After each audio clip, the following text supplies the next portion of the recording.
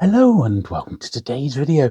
This time we'll be having a look through all my vintage pickups for the month of April 2024 into early May. So sit back, relax, and let's get to it.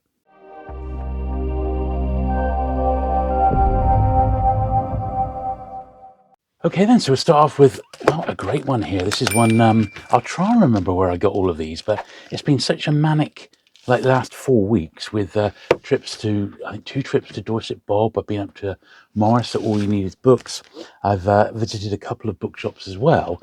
I've just been super busy and I can't quite remember where everything has come from. And this was a month that I was supposed to be not buying a lot because March was so mental. So, well, there you go. What can you say? So this one here, this 6-pan book of horror stories. This is an upgrade to the copy that I've already got. I have got the full set of Pan Book of Horror Stories in first printing, all 30 of them, but I think 6 of them are in not great shape. And this is one of the 6 that I had on my list to upgrade. That lovely cover there by W. Francis Phillips. The rat sat on top of the skull. Absolutely beautiful. A really nice, I would say, probably unread copy of that one. Classic stuff. I've got a very soft spot for these and in my nostalgic bank, as it were, because I loved them when I was growing up. They were the first sort of scary books I ever read, really, and that's a really nice copy of that one. I picked up a set, in actual fact, of these Fox novels published by New English Library in the 70s. I think it's 12 or 14 in the set. I think 2 of the ones I've got are reprints, which I'm not too fussed about because they've got the original jackets. And a couple of them I want to upgrade. But these were featured in a great article by Justin Marriott in the latest issue of the Paperback Fanatic. And I do like naval fiction.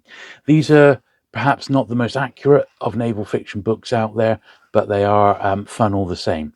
This one's the first from 75, and the New English Library, which is a publisher which I do believe is very, very hot.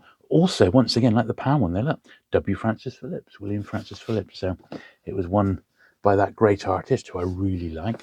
So we will see a few of these. Well, we'll see the whole set, in fact, of these Fox books. As I said, a couple of them are due to be, they're on the upgrade list. They're letting the other ones down, basically. These are okay, very, very quick reads. I had a very small order from a Penguin specialist book dealer, and when I say small, it was about 6 or 7 books. So this is one of those. It was an odd Penguin handbook. I've got a reasonable run of these now, these handbooks. So I'm almost at the verge of doing like a collection tour of the Penguin handbooks. I'm just thinking of, I'll tie it in with another sort of more minor series so that the videos are a little bit more worthwhile.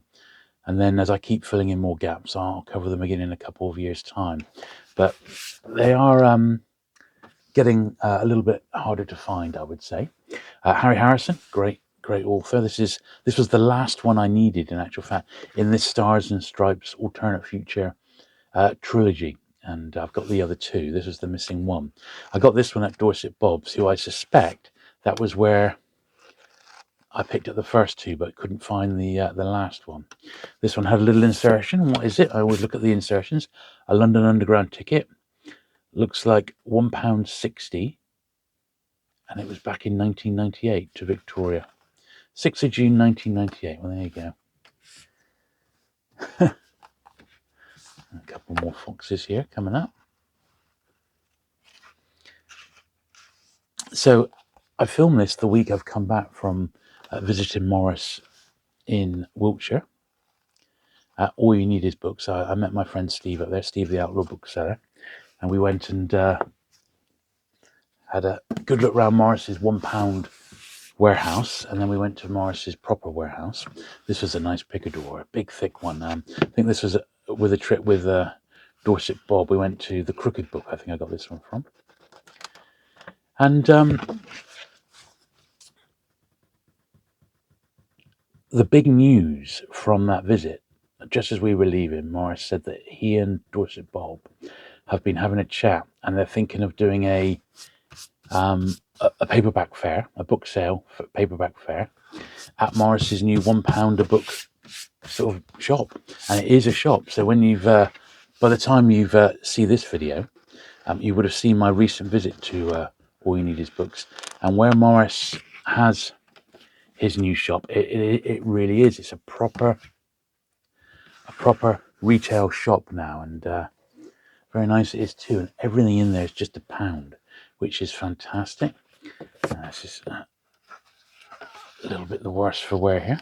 Yeah, everything £1. So what they're thinking of doing in a couple of months' time, so not long really to get planning, because of course we've got the next London paperback show in.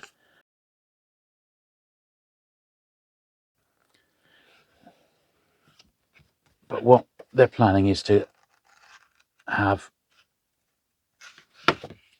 a big, it'll be outdoors. So that's why they're doing it in July.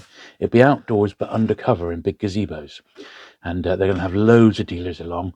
Obviously, Dorset Bob and Morris will have his entire £1 stock out for perusal. And you can imagine he will absolutely fill his shop to the brim. It's already quite full, but it'll be to the brim, and he'll have stalls outside as well. I don't think you'll be able to visit his regular warehouse because all of that's on the website, so he wouldn't be able to keep a track of it all. But yeah, I think it's going to be quite good. So as soon as we got the firm details, I'll obviously publicise it on the channel, because that's going to be something quite special, and it'll make a change to not have to go to London. You know, it's just, I said, in Wiltshire. The actual local railway station is Westbury, and it's just a couple of minutes from Westbury railway station is where it is in the train. You could even walk it. It's that close. So yeah, I think it's well worth a little trip if you're free that day. Now, this is a Maya Angelou who published quite a bit in her lifetime. This one, unfortunately, when I've gone through, I see it's got an owner's name there. Tomo with love, Mario. Well, there you go, Mario. I mean, it's a Virago. It's a first printing. These don't really turn up very often. I'd love to get her most famous one, which is I Know Why the Cage Birds Sing. But that was there, but it was fallen to bits, and it was a reprint. But yeah, this is the first Virago from 1985. I'm not going to go mad on my literary B format fiction, but when I see nice ones come along, I'm going to pick them up, including the next three, which were all by Italio Calvino, and they were from Dorset Bob. And I got him very quick with these because he knew I've been picking up the picadors, and these were really, really nice. Yeah, 1985. For that one, all they're going to need is a little polish this stuff in a while, brush and a polish. So I'm sorting them into A format and B format. Not a lot to that one, is there?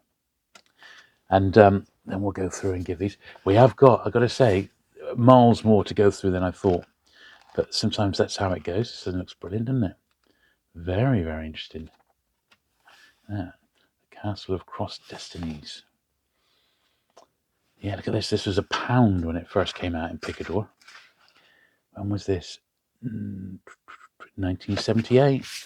Very, very nice. And I'm trying to be quite strict with my Picador, but sometimes, the mood overtakes me. This one I got from another trip a couple of weeks back. This is to Jack Ryder's books in Liskeard.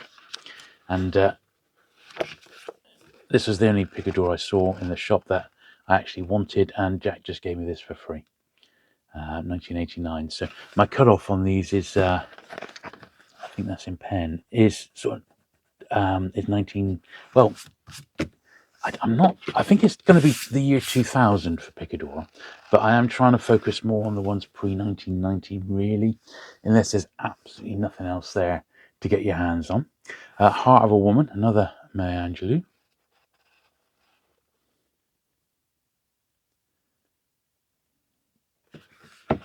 This was from Boscombe. And they were all £2 or £2.50. The James N. Cam was a £5, but I think she did give me a tiny bit off on that one. But it has got 5 books in, and the big thick picadors I think are the rarest of all, and there's a few of them.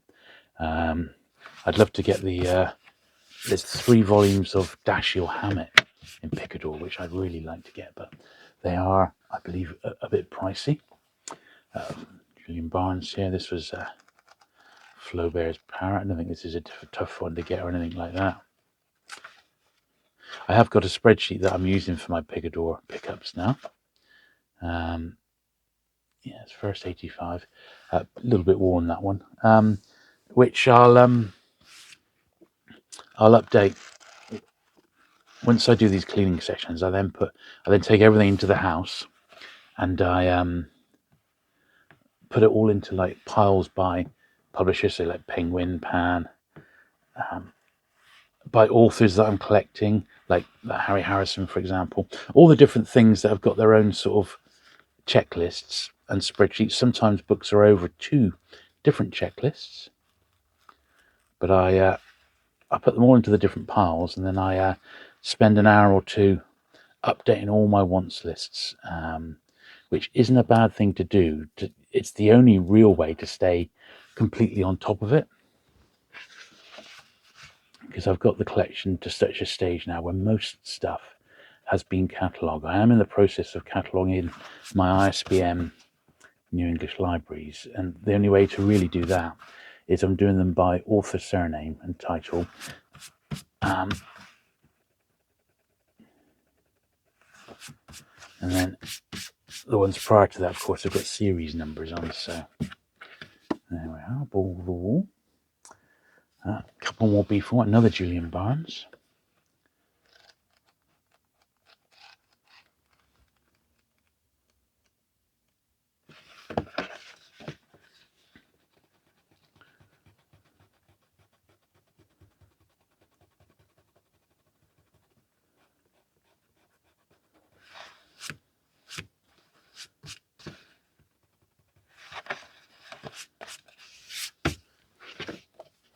Staring at the sun.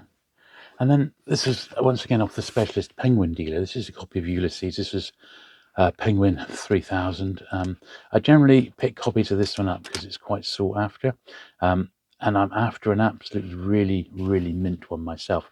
I think this is actually worse than the one I've already got, so I'll probably trade this one on. A little disappointed to see that on the back corner there. It's like it's been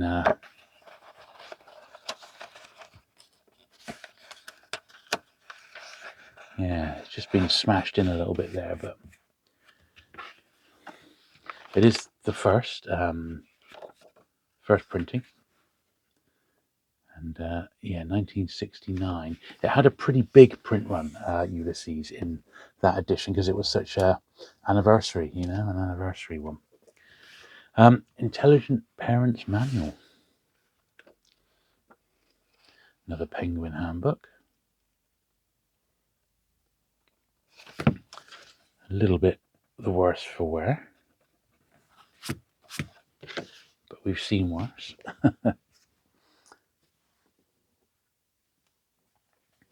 Now this one is quite a rarity. This is The Happy Hypocrite, Max Beerbohm. This was an Alan Lane Christmas book. So Alan Lane, the creator of Penguin, I didn't pay that for it. That was slightly less than that, but it had £35 in. Once a year, he would release books that were what known as the Alan Lane Christmas books, and these were books that were sent out to his friends, family, and key accounts, key Penguin accounts, basically, usually with a limited edition. Sometimes they're signed. This is the earliest one I've got of the Christmas books. It's from Christmas 1948, and this would have had a print run of 500, something like that, 500 to 1,000. Very, very scarce indeed. Sometimes I've got a few of these different ones from different years. Sometimes they come with Christmas cards, sometimes they come signed. There's a beautiful Robert Graves one, which isn't actually too hard to find, of The Golden Ass, which is signed by Robert Graves and numbered. But that's one that still eludes me. Right, a few puffins here. I've got a few. I didn't do bad on some puffins. I got a handful of ones that I was missing. That was a little bit a little bit worn, but I can't complain too much. So in a lot of cases, I'm just glad to fill holes. I have sort of been quite strict on my puffins, but I'm at a stage now because I want to collect the numbering up to about 330, which is when ISBN sort of came in. I'm prepared to take lower grade copies to fill those gaps. So that was 158. This is number 153. This is another one. Beautiful, beautiful jacket on that one. They are very, very nice indeed, puffin books. These puffin storybooks. I prefer them to the puffin picture books, although they have, of course, have got their charm as well. But I think puffin storybooks, I remember reading so many of these as a kid. Stuff like this, I would have been all over. Absolutely all over that. 1961, this one. And this one is an upgrade. It's one I've already got. I don't know where I got this. It looks like it may have been a Dorset Bob since it's in a bag. It's a Hemingway. My Hemingway copy of this is really quite rough. So this is a most definite upgrade. Bright white paper.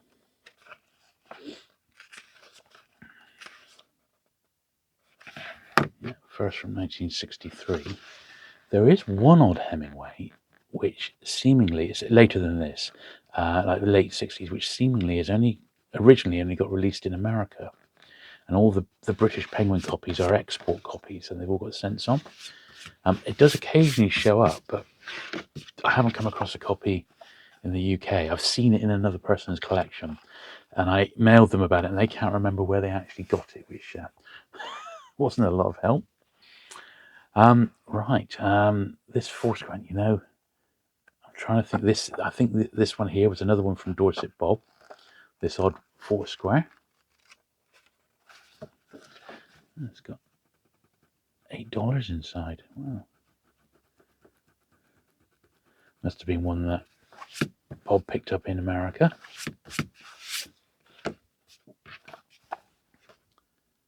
That was coming from somewhere in Swindon. Year's Best Science Fiction. Number 3. This is in Sphere. I've got a few of this series, these anthologies. It's predominantly picked up. Well, there's two reasons really. I like SF anthologies, and this is edited by Harrison and Aldis, both who I like, particularly Harry Harrison. An odd digit, but this was one that for a little while they did them under Cobra. This is a Lariat Western. It's number 23. Dorset Bob's been having a really good sort out and re-A to Zing his stock, and he that's slightly misprinted, and he found even more Badger books, and this was one straight from that publisher find that he had, which was about 20 years ago now, but it was pretty much direct from the publisher's own stock. This is one I got recently at Morris's, the Pound Shop. It's a slightly later Penguin science fiction, but I've decided to pick up post ISBN, a post number and into ISBN Penguin science fiction, and this is one such book, so that's good news. Once again, I was quite surprised to get this. This is an odd compact I'm missing. Now, it has got a couple of creases in the spine, but at the same time, I was down to needing 10 compact SF to have all the science fiction releases. And this is one of them, so I was really, really surprised, because I did sort of make it a bit of a vow to try and track down the compact SF that I was missing this year. And this is the first one I've actually managed to get. So that was good. And then this was bargain of the day from Morris's. Really, it was the Puffin edition of the Hobbit. Hobbit number 16, Puffin 161. Now, I know it's going to need a little bit of glue in there, but generally speaking, I mean, really, really fine copies of this I've seen sell for as much as £100 on eBay. It only ever had the one printing. It's because they offended Tolkien, because when they got the original sort of manuscript, somebody, and I don't know if it was Kay Webb, but somebody took it upon themselves to rename dwarfs and elves as elves and dwarfs. So they changed the spelling against Tolkien's sort of wishes. They thought he'd made a mistake, and of course he absolutely hadn't. They were very much designed to be like that. So he went mental and consequently really fell out with Penguin. And I would imagine that that cost Penguin dearly when the Lord of the Rings got published. So there you go. Anyway, I've got some bookbinding glue now, which I'm using in place of Pritt stick, and you can get quite you can be quite accurate because it's got that little spout there.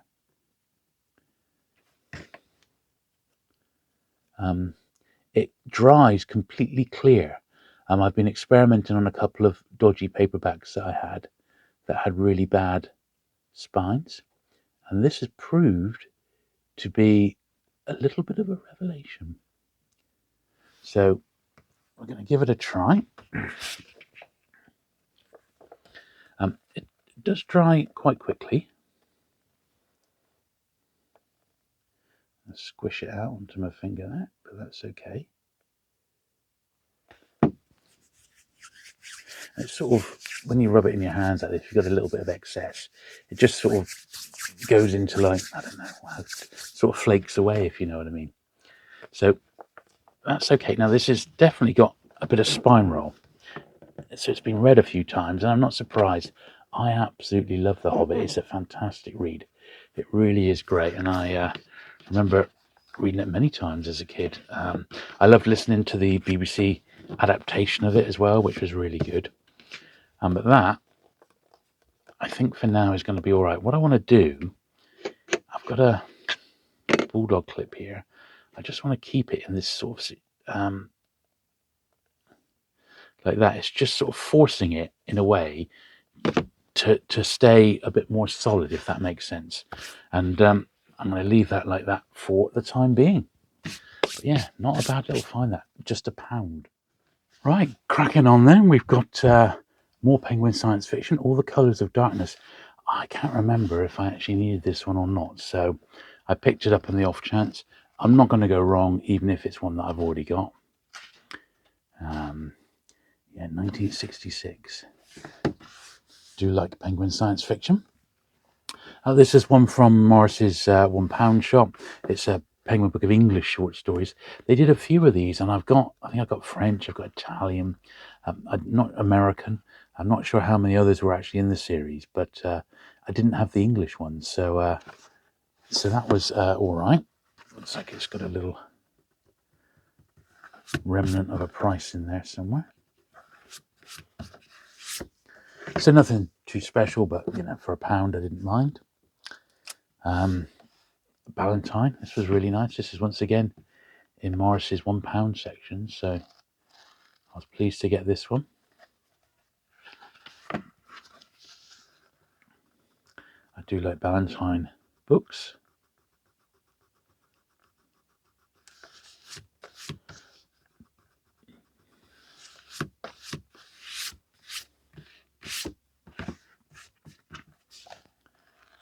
Lovely.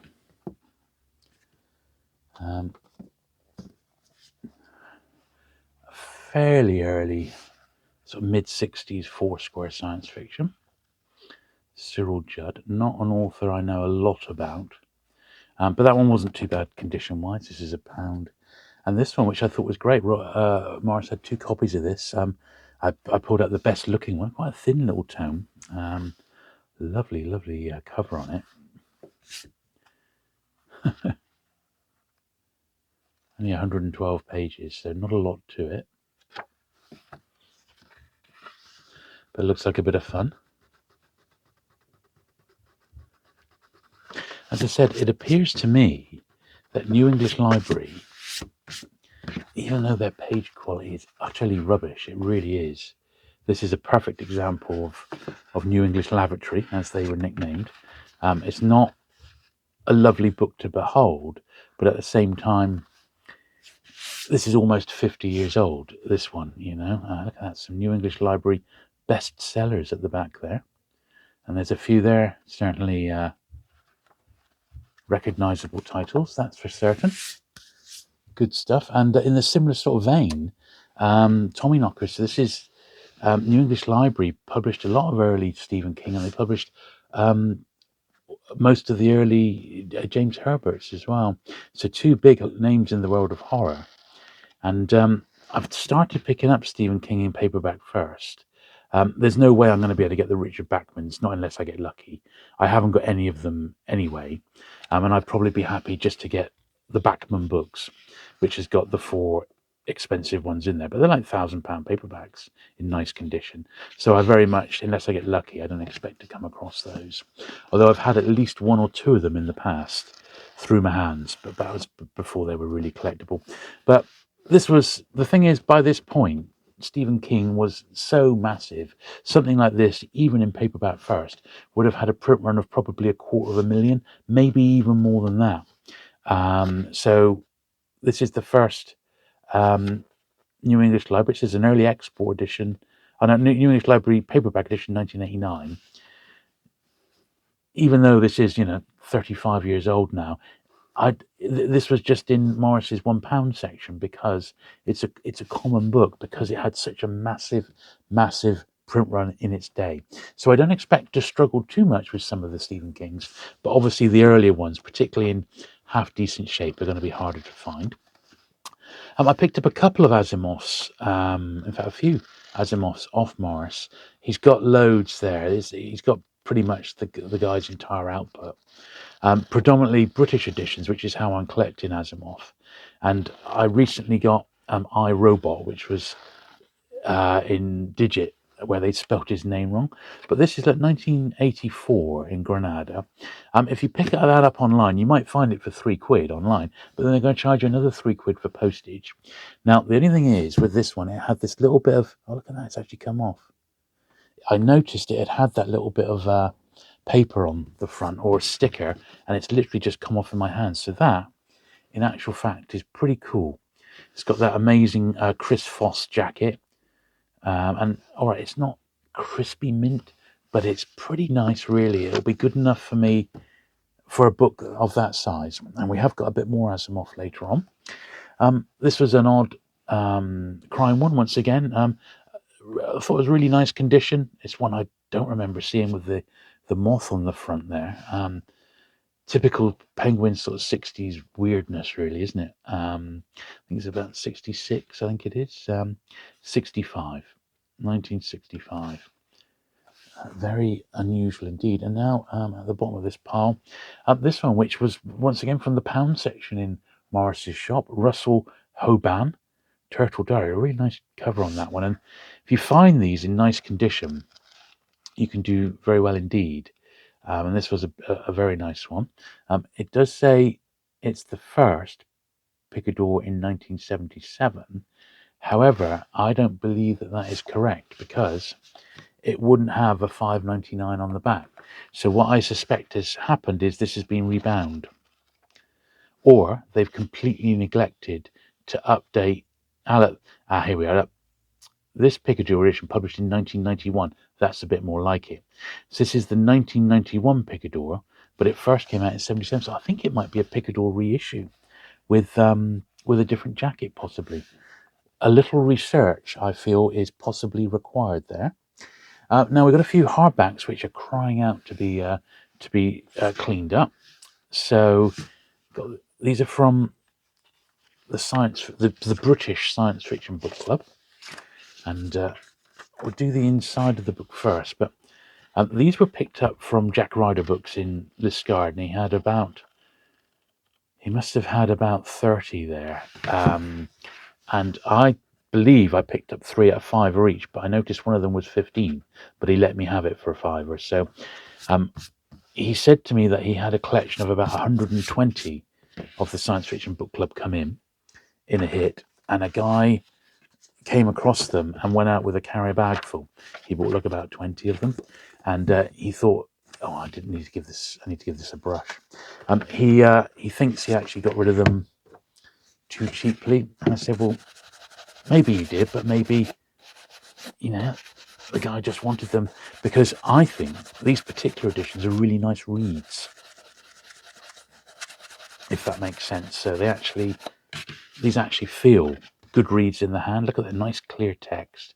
They're not a bad read at all. And in some cases, maybe not this one, but in some cases, the books were the first time that they were put into hardback, because some of these were like paperback originals originally. So yes, there's quite a few of them. I think just to collect the initial run, there's 170, which is a fair old whack, and I've maybe got 20 now, or thereabouts, maybe slightly more. But I picked up another 3 down at Jack Ryder's. So let's go. This is the other one, Louis Chardonnay.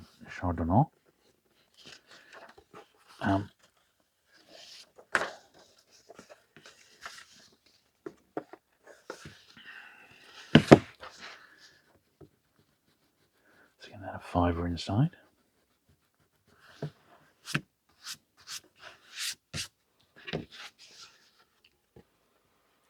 yes, considering I was really hoping to have a quiet month for pickups, I've ended up getting far more than I thought I would. But sometimes, you know, you just got to go with it, haven't you?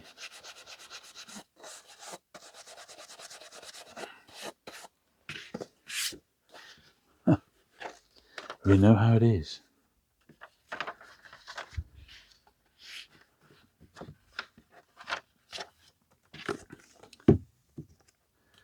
Okay. This is the last of the science fiction book clubs. This is the one that I should have checked, really. I didn't know. I suspect I might actually have this one. And ironically, in Jack Ryder books, when I went back through this, it was when he didn't have it a fiver. It was, he had 12 quid on it, which I was really surprised at. So, not sure what was going on there. There were a few that he had that were priced that I would have had, and he had New Maps of Hell by Kingsley Amis, which is one I'm looking for, and that came out in the Science Fiction Book Club, and he had 15 on that one, which was a bit much than I wanted to pay. In wrapper, in a nice wrapper.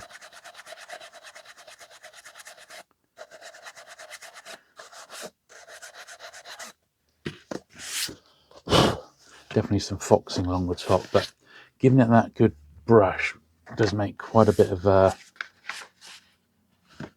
difference with regards to the muck on them, you know.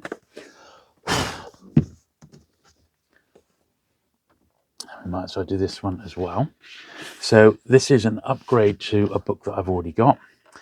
It's an absolutely cracking read. So you've probably heard of Mario Puzo, the guy who wrote The Godfather. And this is The Godfather Papers. And this was basically Mario Puzo's story after he'd written the first after he wrote The Godfather and he wrote the screenplays with Coppola to Godfather 1 and 2. Once he'd received all that worldwide acclaim and become a very big name in his own right as an author and writer, he then became very wealthy. And unfortunately, he was a bit of a gambler, and he ended up blowing a lot of his fortune gambling. And this basically tells that story. It's not bad. I mean, I think it's a really good book. I actually really enjoyed it, which is why I had my original copy out fairly recently, and the back of the dust wrapper been like torn. So this needs a really good polish, which I will do towards the end, and this will come out really nicely. But I didn't want to turn that down for £2.50. This next one I got off eBay. Now this was a bit of a special thing. So this is a Paperbacks in print. Now, Paperbacks in print came out annually. This is a monthly one just for October 1960. I've got other years where they're really thick. They're like an inch thick. But this was the one just for October 1960. And the reason I bought it was because it had that lovely Pan advert on the back. And I paid £6 for this. So it was all right. But then when I received it, I was really pleased with the condition. I was going through and I was looking at one of the real highlights with these is the adverts by the publishers, and you can see what they've got out, you know. I said all the big publishers took adverts out in this one, and obviously if it's a publisher I'm interested in, it's quite nice to see what they've got. But I was flicking through, and then just like this, I thought, oh, what's this there? And then in the middle, next to a corget, was a copy of the Pan record. Now this is quite a late one. This is the Pan record for number 31. I think they only went up to, this may even be the very last one they did. It's got a little bit of writing on the back, but this was a Pan record I didn't have. And they hardly ever turn up. I mean, they really, really hardly ever turn up. So this was great. So I was really, really pleased with this one. Look at that. I had no idea that that was even in there. It wasn't mentioned in the eBay listing. It was just slipped inside like that because it's January 61 and this was dated October 60. I reckon Pan just put a copy into it. They sent them to put one inside every copy of Paperbacks in print. But yeah, it's quite, I mean, it's pretty niche, you know, but because there's so many British publishers that I collect, I was over the moon. And I quite like looking at these. They are full of information. Look at that for Penguin's 25th anniversary, stuff like that. It's lovely, isn't it? It is, you know, designed for the trade. And this would have been sent, all bookshops probably would have subscribed to this. And if someone came and said, oh, can you get me this? They would have been able to act on it. But there we are. Look at that. Yeah, look, indexed to the advertisers down the bottom there. You can see all the main publishers were there. Panther Books was page 81. Let's have a look at that. What did Panther advertise? The Bramble Bush, and the Russian Revolution, and My Glorious Brothers. But I guess that was what they were publishing that particular month. So there we are. But yeah, quite nice, that one. Thought you'd enjoy seeing that. That was certainly one of my finds of the month, that one. And I think we've got time to do this before we take a break. So this was also from Jack Ryder's books. And it's a puffin box of magic. Look at this. Now this is a little bit later than my traditional period. It's post ISBN, which is not something I generally delve into with Puffin. So these are from 71 and 1972, but it was in a box set. The box set, including the 4 books, was only a £5, so I can't really complain. So I'm just going to go through the book. All the books are reprint. At least one of them I've got the original printings of. See, 72. Like this one, I've actually got the original of this one in first Puffin edition. So the books are a little bit later than I would ordinarily pick up, but it was such a nice little box set. And as I said, I do like Penguin stroke Puffin slipcase sets that I couldn't turn it down for a £5. It was just too nice. Yeah, so the books are actually fine. It's just going to be a case of, we'll give them a bit of a polish and a brush when we get to that piece of the process. All right, more A format to play with now, and more Fox. I think this is one of the ones that was possibly on the upgrade list.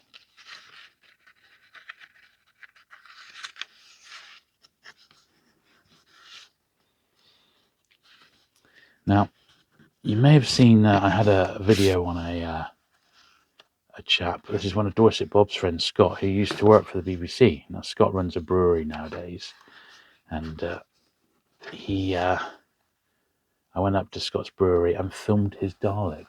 He actually owns 2 Daleks, if you can believe it. And I filmed Scott's Dalek because he's looking to move it on, basically, to new owners, and that was really good. So if you've not seen that video, Scott is also going to be giving away a whole box of original sort of Dalek bits and pieces and props and stuff that he used as templates when they were making the Daleks almost 20 years ago now. And all you need to do is sort of share that video online, leave a little comment, and you could be in with a chance of winning it. So that'd be really cool, you know. That was nice, really nice cover on that one. Yeah, it's a bit tanned, but at the same time, I think it's quite, really the first one I've ever seen of it, so I think it might be quite uncommon. Nova 4, I've got some Nova, edited by Harry Harrison. but definitely not this one. This is from Dorset Bob, I remember. It's American, and with Harry Harrison, his regular sort of books, I have been trying to pick up the American editions rather than the British, although I've got a little bit of both, really. Yes, this is published by Manor, not perhaps the best of publishers that you might expect, but it is what it is.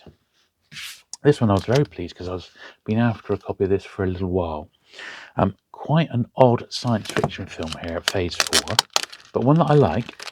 And this one is by Barry Malzberg, who's a great author. I've read a bit of him now. And yeah, I haven't watched Phase 4, the movie, for quite some time, but it's on my list of ones to revisit, shall we say. But yeah, 1973, a movie tie-in. Yeah, I was pleased with that one. Nice copy of that one on the whole. Here's another Stephen King. Once again, it was from Morris's £1 section. Perhaps a little, on reflection, a little bit beaten up, but I might actually read this one, this copy, until unless a better one comes my way.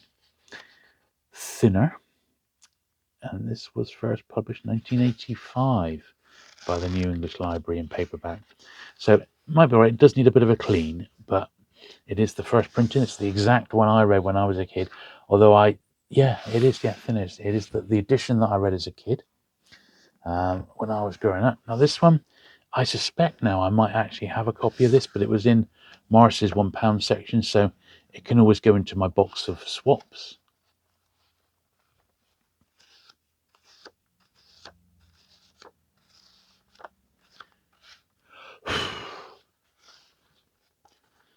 But I'll compare it with my own copy first of all, of course. And it's actually the reprint, so it may be, because it's a, yeah, I might end up actually just taking this one into work and having a little read of it, that particular one. This is all right. This is an odd Fontana, one I'd ever seen before, in the red.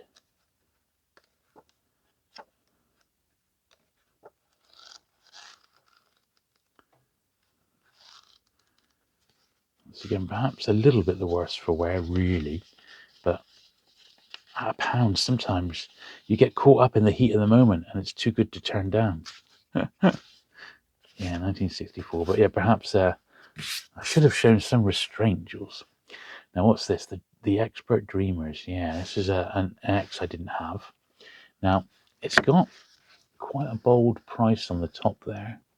It looks like it's in, you know what they call China pen, which is like a black crayon. I'm being quite gentle on it.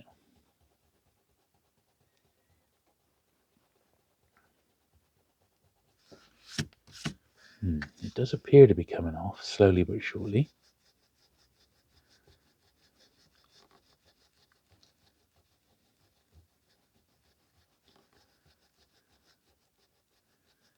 Yeah, I'm just doing it gently.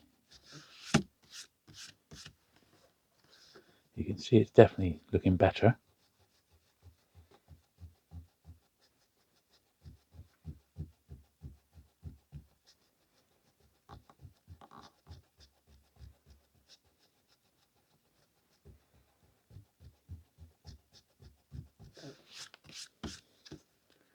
Yeah, not too bad at all.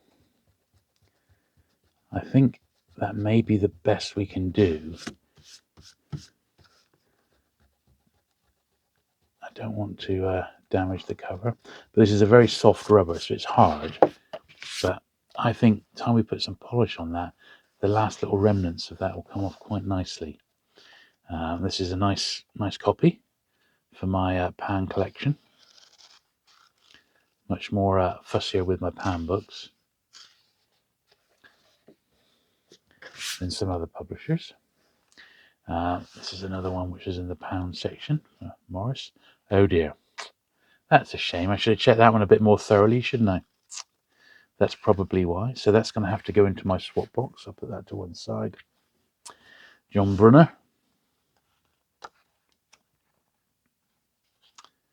Got the pen in there, but apart from that, he's all right. I think I can live with that. It's got a little circle on there, which I suspect I'll be able to polish out. That one. And then the last one in this pile is another one. It's got a few little spots there, which I'm going to hopefully be able to polish out again. But once again, what one that I've got? Yeah, the 7th Galaxy Reader. Good stuff. Okay, so a little break from the cleaning of the books to show you a few new bits and pieces that have come my way. So this is Brand magazine. This is the issue number 10. It's in English, and this is the Penguin specific one. Now, my friend Steve got me this one. He lives in Bath, or near Bath, and they've got an independent sort of bookshop there, and they cover a lot of unusual magazines, and this is one of them, the Brand mag, and each issue focuses on a different brand. He got me this one in the understanding, because I'd never seen it. He actually thought that it was brand new, in actual fact, a new publication. But on closer inspection, I realised that this had actually been published back in 2012, first time round, and neither of us had actually seen it before. So it's one specifically on the history of Penguin books. And I thought, well, yeah, thanks, mate. Yeah, he gave it to me as a present. It was sealed. I've had a look at it now. That's Foyle's bookshop, and it looks at some of the second-hand places is down in Notting Hill Gate in London, and some of the second-hand shops. A nice load of penguins on the spinner there, and some classics.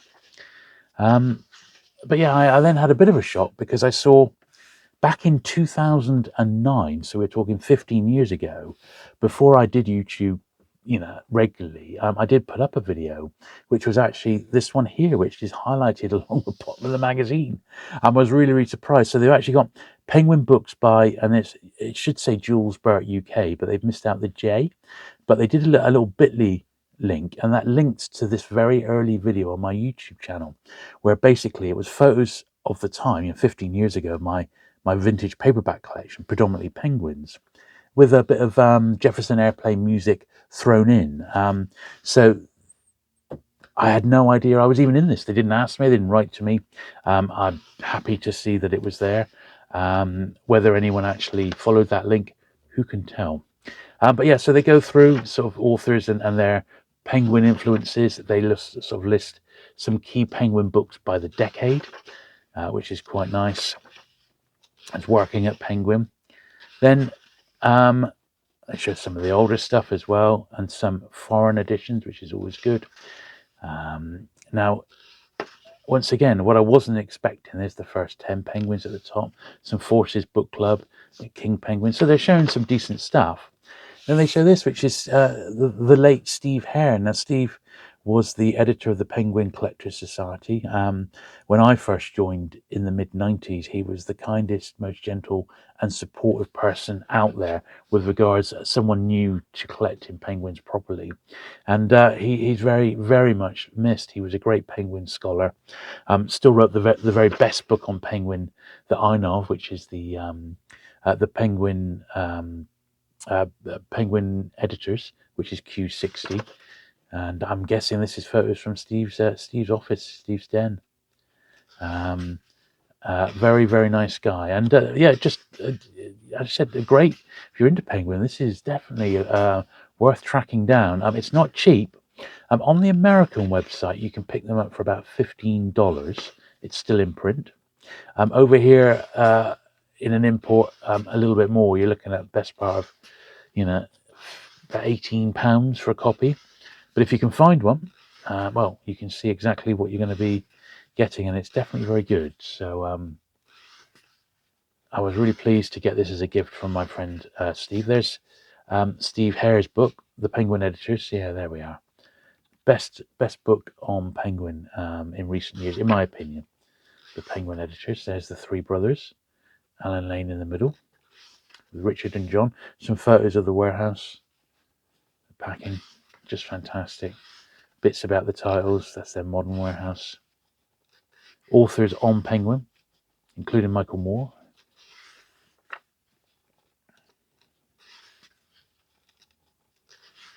Yeah, it's a really, really nice, dedicated publication. This about 120 pages all told.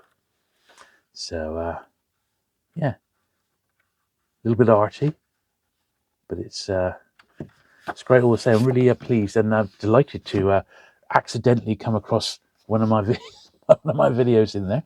And the other thing I wanted to show today was this one here. So this is by Peter Infantino. I've got a few of Peter's books. He's a real authority on the American Crime Digest Manhunt, but specifically, we're showing some copies of Bare Bones here. So he's got this one here. This is The Wild World of Two-Fisted Detective, Mystery and Terror Digest. And then in Bare Bones, it sort of covers all sorts really, but it does include vintage paperbacks. And I had Peter sent me a couple, number 17 and 13, and I had this one as a Christmas present from my daughter, so she got me this one as well. So what I'm going to do, I'm going to go through and have a really good proper read of these, and then I shall report back with my findings, because I think, you know, there's such a market for, you know, books and magazines about vintage paperbacks and pulps, and we've got Paperback Parade and we've got Paperback Fanatic. Bare Bones also needs to be on your radar as one to pick up each issue. So yeah, as I said, I'll do sort of a dedicated review of these few issues in a dedicated video quite soon. But there we are. So that was it for new pickups this month round. Now this one was also from Morris, and it's an empty slipcase which he gave me for free. I actually have the 4 volumes of Somerset Maugham's collected short stories. It's not mint. It's got a little star on the side here, which I think is probably going to have to stay there. It looks like it's stuck on for good. I don't think that's going to come off. But he just gave me the box set, and as I said, I've got the original books, which I'm hoping I'll be able to squeeze into that little box. So I'm going to give that a bit of a polish in a while. Let's get some more A format. In fact, it's almost, I think, almost all A formats to come now. So this was in the Pound bookshop. It's just really, really nice. I may well come across a better copy of this, but until I do, this, yeah, first from December 1970, that New English Library. It's that crossover period, so it says now, but it's also got a 4-square number, 2814, and very nice. I mean, this one here, for example, Morris had 5 copies in the £1 section, so I picked up what I believe to be the best one that he had for sale at £1, and he had more copies back at his warehouse. This is the reprint from June 1970. I'm not overly worried that it's a reprint, because I just want sort of nice copies really of that, and that's definitely that. This one I've already got, but it's such a cool one, and I wanted just to double check, because potentially this is a little upgrade. It was, once again, it was only £1, but I've definitely got a spare of this one. Latest Penguin Pan science fiction, one I don't have. This is post Pan numbering, 1970, only just though. It's part of the M series.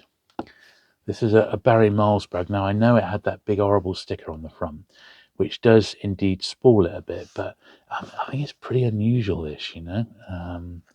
The Messengers. I love it when they put adverts in like that. Cigarette adverts. Come on. It was another time, wasn't it? Let's be honest. Yeah, so a bit pulpy, this one. Not the best of publishers. Prestige Books. 1973. So no real idea. I don't know a lot about this. I suspect it could be quite scarce.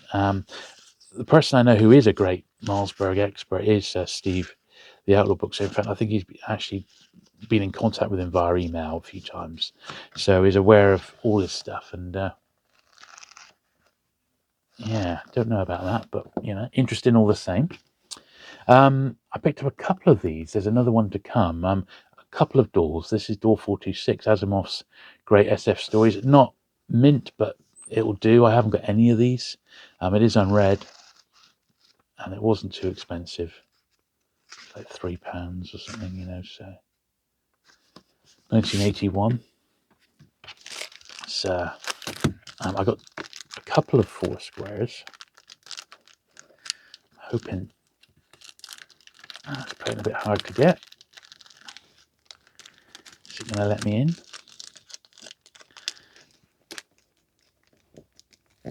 Here we are. Cool. That was designed never to be opened, wasn't it, that one? The Man Who Rocked the Boat. So this is number 77. So I'd very much like to get the first 100 Foursquare licked. And I'm not that far away. I'm over, I reckon I'm 2/3 of the way there. And in 1958. Lovely jacket, that one. Vernon. Very, very nice, that, indeed. So that's lovely. I also picked up a toucan. I got 2 toucans from Morris. This is toucan number 10. There's about, we'll glue that in a minute. There's about, I think there's about 80 to 100 toucans in total. I can't remember exactly off the top of my head. I've only got 20 in my entire collection. So, well, 22 now. I've got 2 more. A lot of them, I don't know about all of them, but a lot of them were printed in Plymouth, which is my hometown. I'm not sure about this one, but we'll see if it tells us. Hurst and Blackett. No, this one wasn't printed in Plymouth. This edition, it says May 1937. So yeah, it needs a little bit of glue in there. This would have originally come in a dust wrapper. So we've just got time to pop a little bit of glue on there.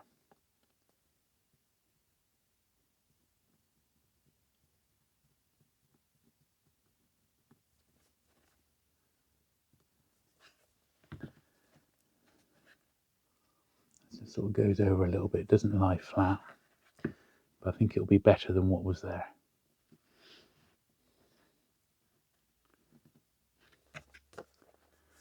And we'll need to come back and give that a good brushing in a little while. Good stuff. Okay, so I'm back after a short break to do the second part of my latest pickups, and I was able to get a small batch of Collins White Circle books. Now these were from All You Need Is Books. This is Morris, and Morris ended up with a small box of them, probably about 50 or 60 in total, maybe a few more than that. And he had these at the £1 warehouse, but they were actually, these weren't £1. This is just where he'd sort of offloaded them in his lorry, in his van, and thankfully I was able to get first pick through, and I found about 6 that that I needed, basically ones I didn't have. Thankfully, these Collins White Circles are numbered. This is 189C, so I knew that I didn't already have this one. It's very, very difficult to work out the printings on these. So this one, for example, actually has no printing history whatsoever. Some of the earlier ones have the hardback printings, so it would have, say, 3 printings in hardback, then the 4th printing would be this, you know. So yeah, quite a tricky little publisher to determine. But I've got a few, and I'll try and give you an example of that in just a sec. So this one is actually slightly earlier. In fact, so early, I don't know if it's number 30 in the series, and Mystery in Kensington Gore. So if we have a look at the printing history, it may do the so here we are. So first impression 1932. It lists all the different ones. Now Collins Crime Club didn't really start until 1936, so the 6th printing potentially could have been the paperback, and this one here, June 37, may have actually been a reprint of that. But looking at the actual book itself and the other books that are listed, I'm pretty sure that this is a first.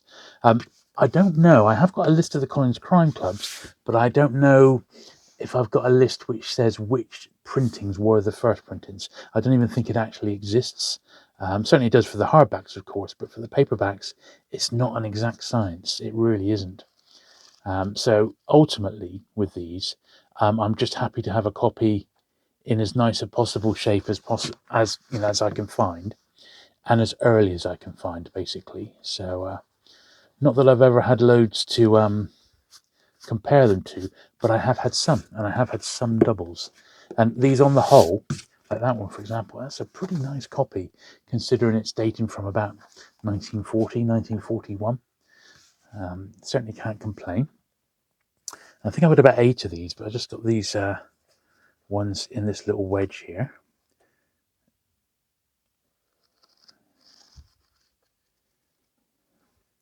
Yeah, very, very difficult to determine the printings. It is as simple as that.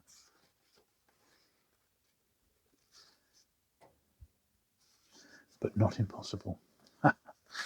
Right, now we've got a few more of those Fox novels, the New English Libraries.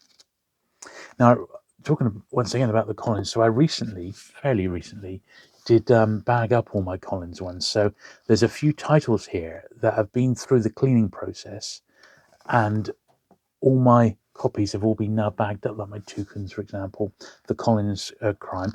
So once we've cleaned them, I am actually going to bag them so that my most recent acquisitions are all bagged as well. So we'll do that as we go along.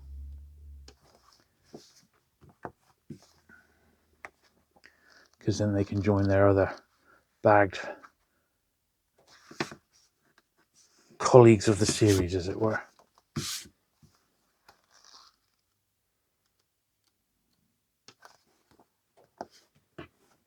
This was the last one, and it was a slight variation of the theme there. They changed the logo and that. Not such a fan of these, but it was the last one.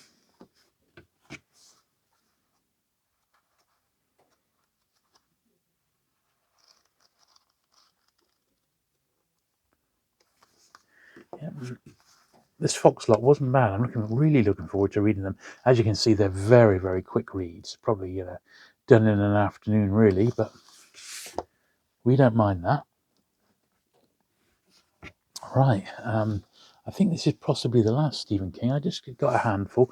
This is Cujo. This is probably the earliest one I got. Can't remember exactly how much. It's got a bit of foxing and stuff on, but it is First Future Edition, 1982.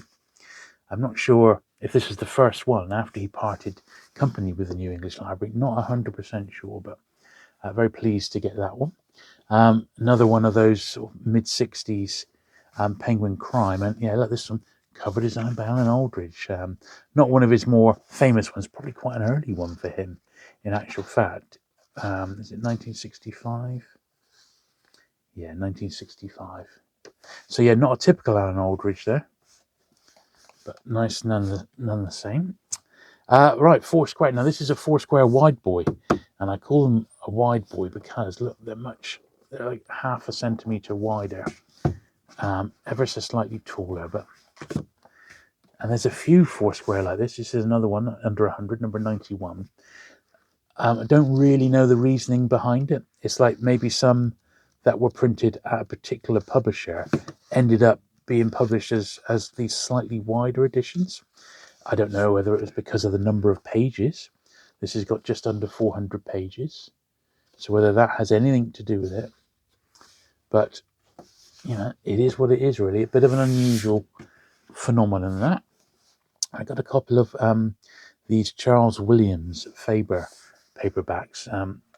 Faber paperbacks generally, or Faber paper covered editions as they're called, generally don't turn up that often in nice condition. And I do only want them in the first printings. And this one is indeed that. It was 1968 in Faber for that one, Shadows of Ecstasy.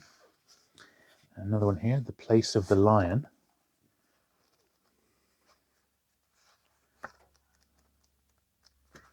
Which I believe is a very sort of a similar age, I think.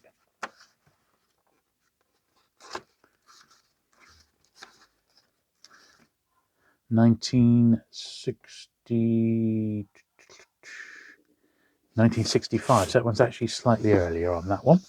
And a couple more, the last of our B formats today. So we are coming to fairly near the end. This is quite an early one, a Robert Coover.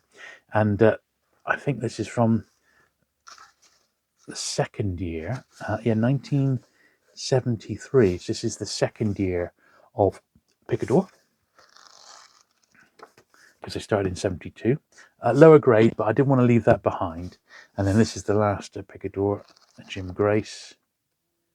This is 1987. Got some tanning on the front and back there, but once again, I'll live with that for the time being. Weird, isn't it?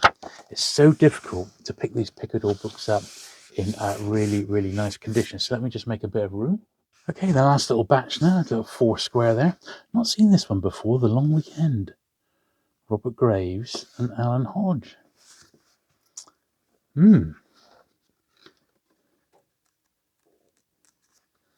£2.50 inside. Yeah, first 4 square, 1961.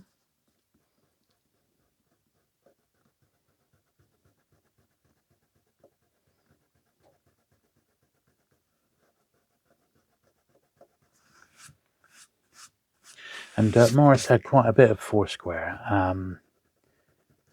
which he does keep separate, sort of the vintage 4 square. He doesn't keep the New English Library separate, but he does keep 4 square.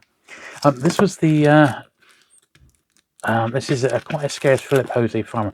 It's been on my list for blimmin' ages, so I was really pleased to get it. It's Philip Jose Farmer's take on Sherlock Holmes. It's savagely taped down here, but we should be able to get in.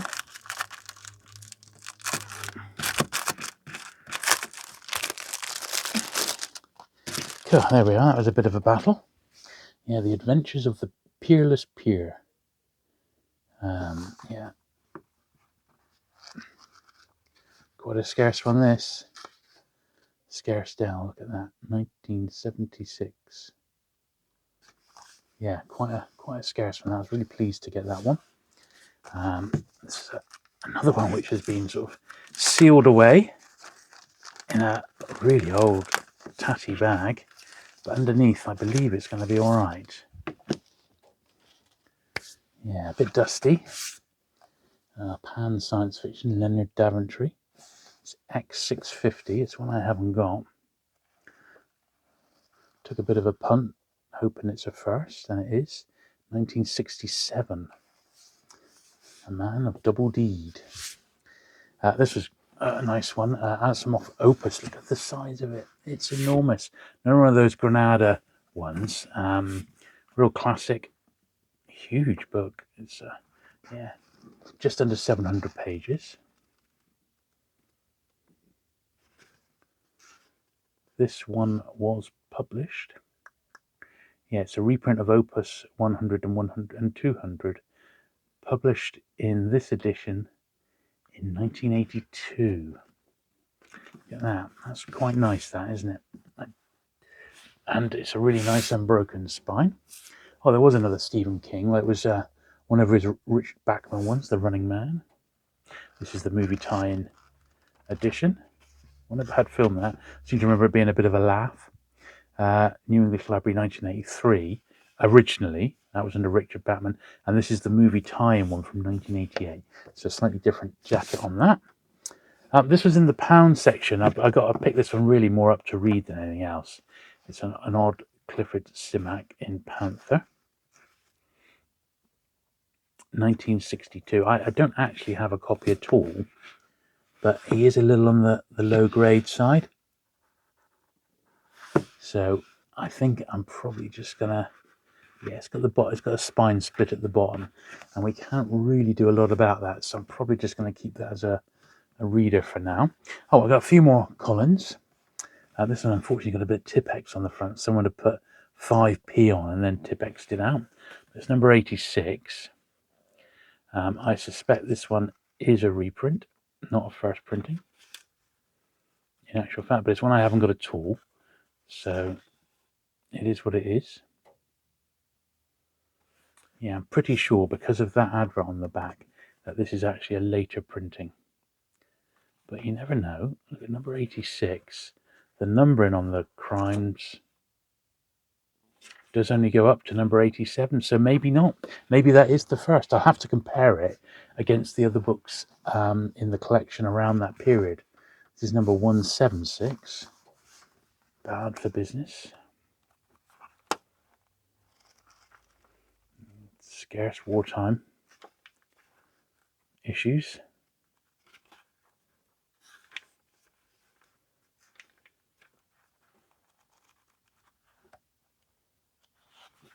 A few pages turned over here.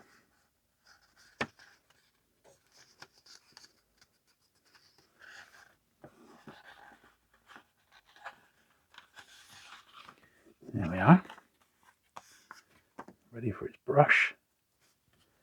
And then The Click of the Gate, Alice Campbell's number 65.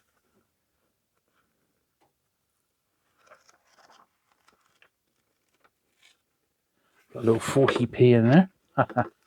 And a little dedication from 1939 by the look of it.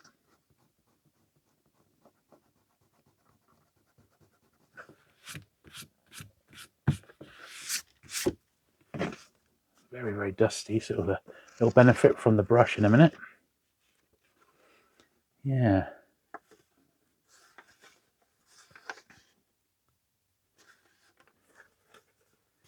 Yeah, very nice. Now, I was really pleased to get this. I actually found a Panther crime band that I didn't have. In actual fact, Morris, in his main warehouse, had, I think, 3 that I was after. Look at that. Evans Bookshop. That was in, Ebrington Street in Plymouth. I remember that. I remember going in that one vaguely as a kid, actually. God, I haven't thought about that place for a long time. It was around into the 90s, actually, as I recall. But yeah, so he had about 3 Panther crime bands that I didn't have, but that was the only one that was up to scratch condition wise. Another one of these Asimov presents, a little bit lower grade, but once again, I'm not altogether too fussed about it. It's another door off the list. That was 2 this time round. I haven't been focusing on the door because, to be quite honest, where I've got them stored, I'm a little pushed for space. So I don't have any expansion room, as it were. The door shelf is full. More than full, in fact. However, when these ones come along, I want to grab them, really. Here was the second toucan, and once again, it needs a bit of glue in a sec. Number 50. So I got 2 toucans that I didn't have this trip round. He had at least another one there, but I already had it. I mean, they're not mega collectible or anything. There are a couple of collectible titles in there, in the toucans. I think it's a couple of Simonons, but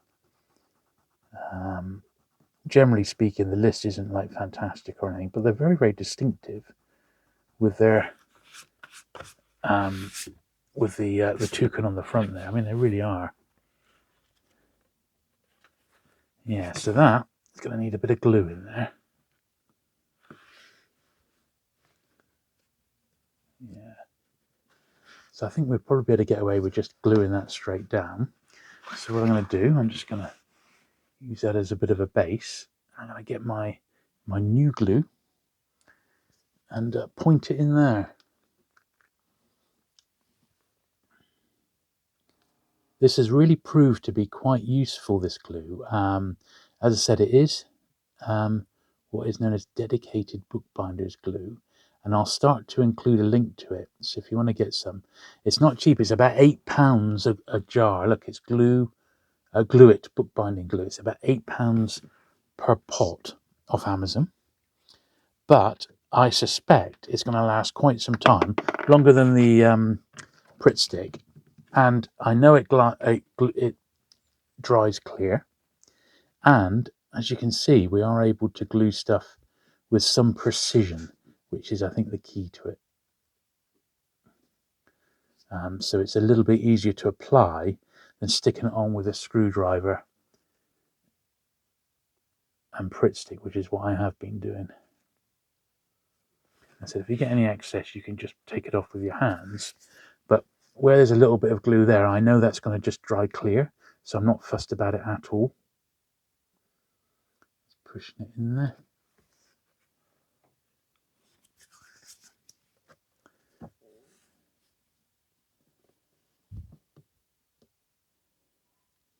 Just give that another 10 seconds.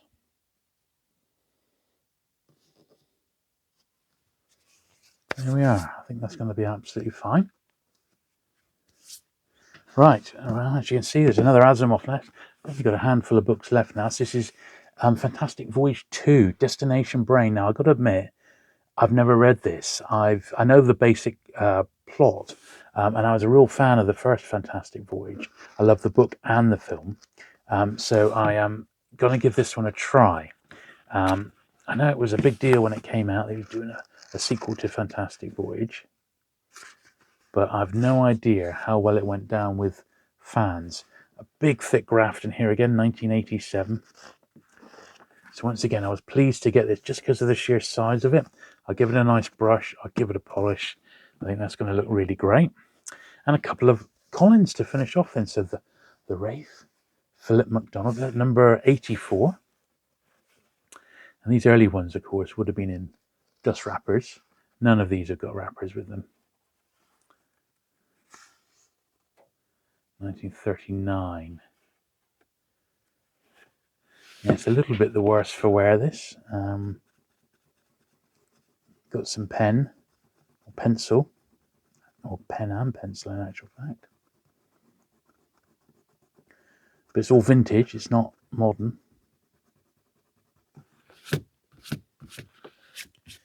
And this bit has had something there and someone's torn it out, or they've tried to rub it. But I shall just leave that as is for now. These are so scarce, you know, that you can overcook it. And this was actually a pretty nice copy of this one, that Mystery at Friar's Pardon, Martin Port. This probably had a wrapper on until recently, and someone took the wrapper off, and then, well, the wrapper's really protected it by the looks of it.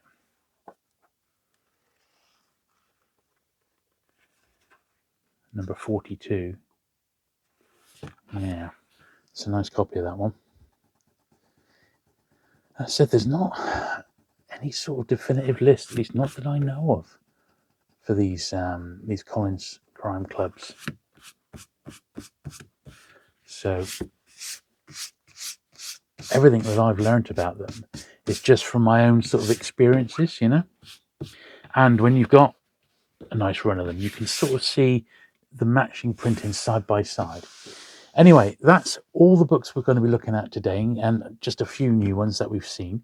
I'm now going to sort through them and sort out the books. Well, they're all going to need a brush down, and then we're going to give them a polish. Right then, so next job is give all our books a brushing.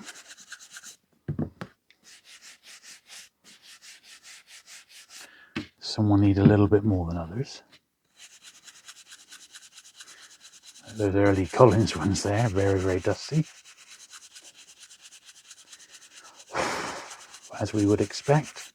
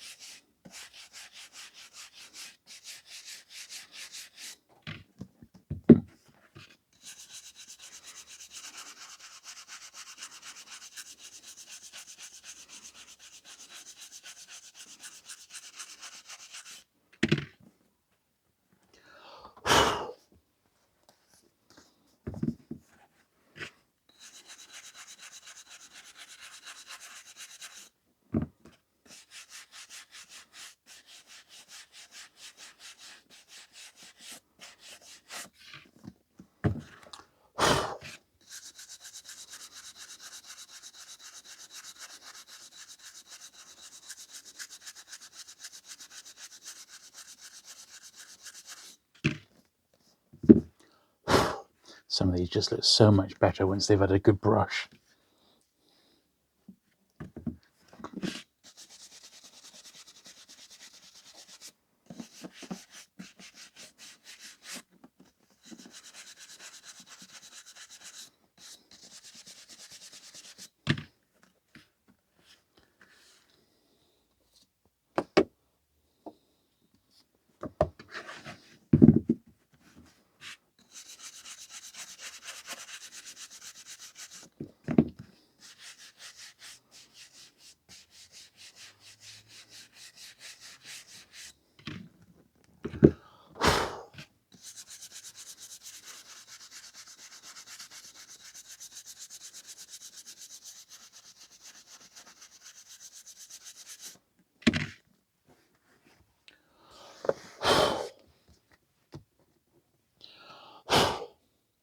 This is a mucky old part of the process.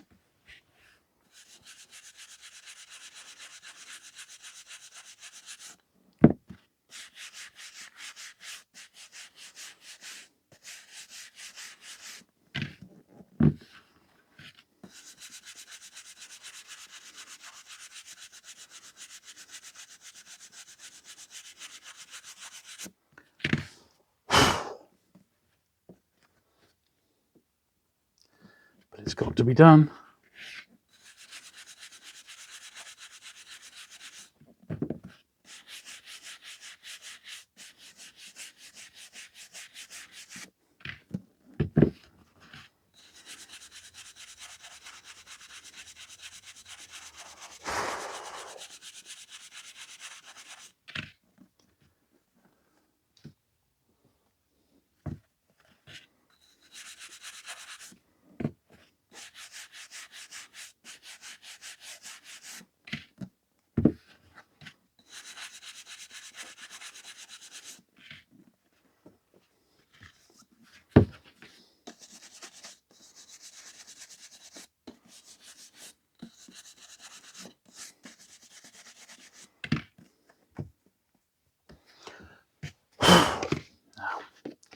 Got the Hobbit here, which we've had in the clip for a few hours.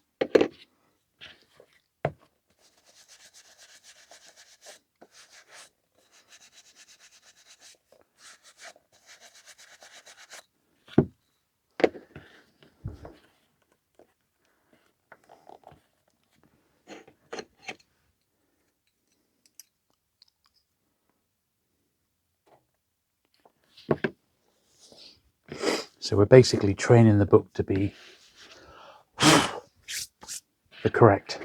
It's not so rolled, basically. But this is something that's going to take a little bit of time, so I'm just going to leave it as is for now.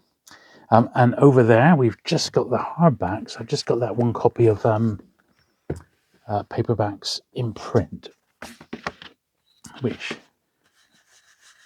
don't think it had hardly any dust on anyway. So there we are. That's fine. So I'm just going to sort this out into stuff that I'm going to be polishing and non-polishing. So I'll do that next. This is that Penguin Anna Lane gift book. I just noticed it had like gilt along the top there, a gilt edging on it, which is very nice. All right, let's give these big format stuffs a brush. The Fabers aren't actually B format, but they aren't A format either. They're sort of somewhere in between.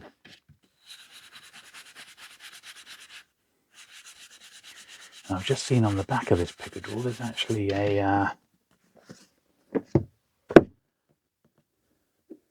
something there now. I don't know if I grab my rubber, if that's actually in pencil or pen. It's hard to tell. Pencil. It's coming straight off. That's lucky. There we go.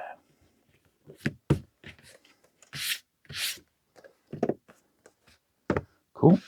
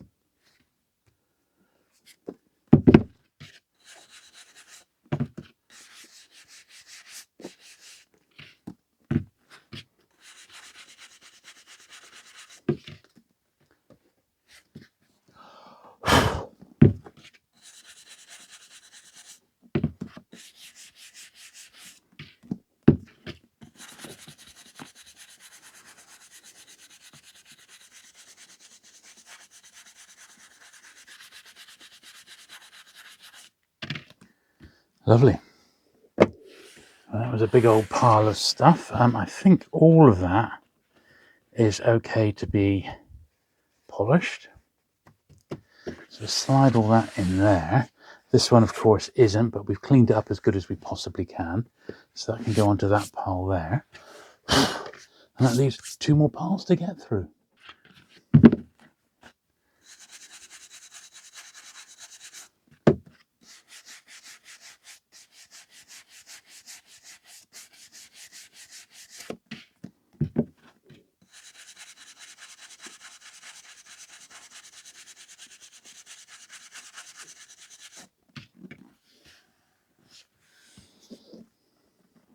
It's that box set. These actually look nice copies, actually.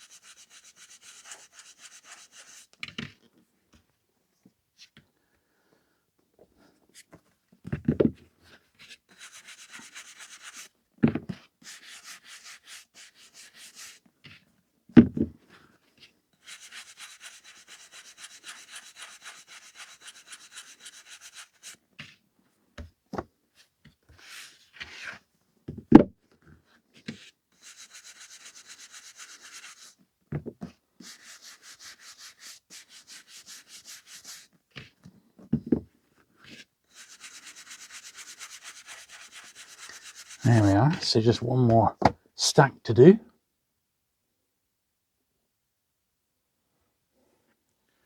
Right, last little lot.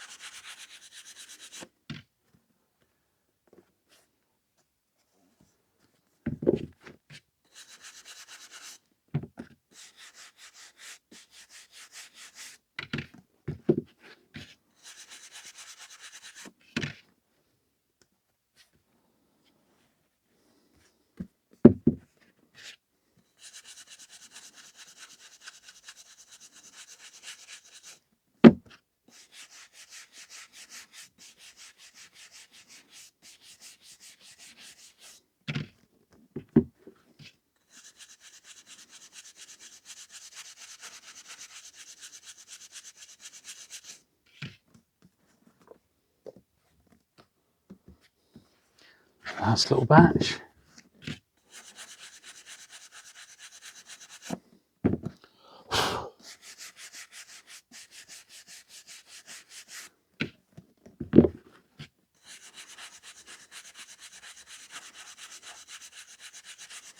There we are. Lovely. So that's everything brushed. Last stage is polishing, and we're going to be bagging a few as well. Right, bit of a change of pace, so I'm going to do the stuff that I need to bag first of all. Now, these toucans, they may be of such a size that they may or may not fit in my normal sized paperback bags. They may have to go in digest. I can't quite remember. Actually, that fits in absolutely fine by the look of it. Is it going to go? Yeah, that's absolutely fine. Let's get another one out here. Oh, that's good. Getting quite near the end of this bag.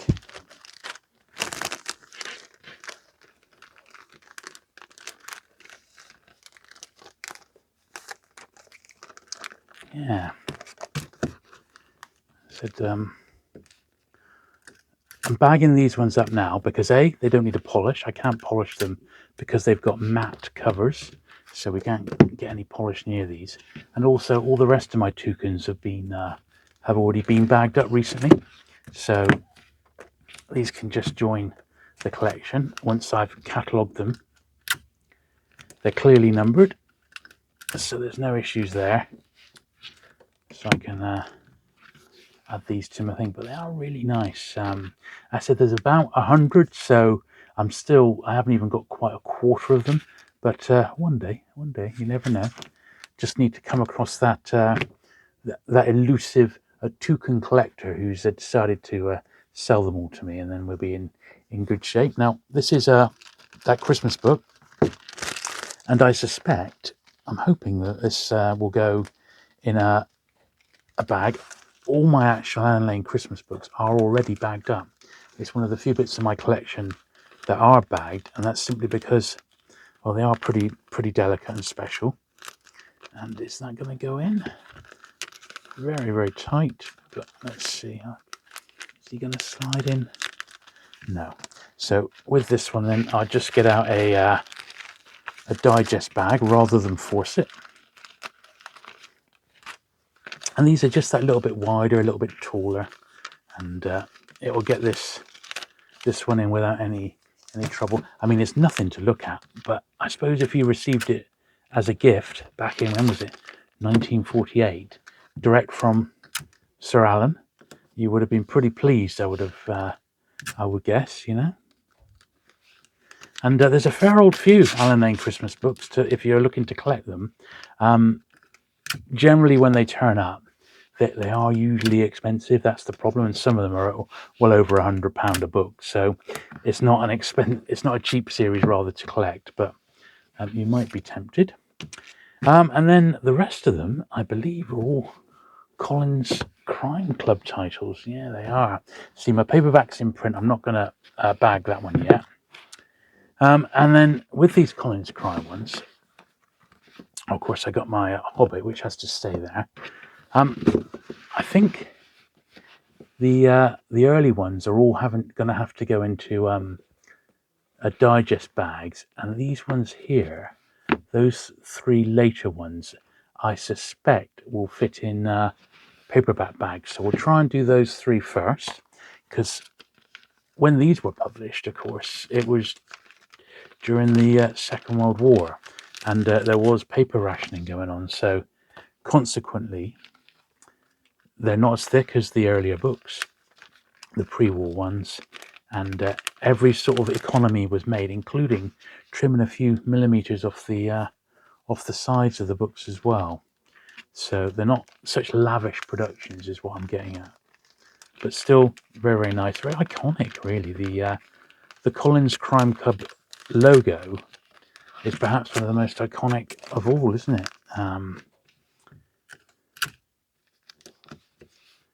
So, as I said, all my other ones I have already bagged up in a separate video, and there was quite a few of them. I've not got too bad a collection of these.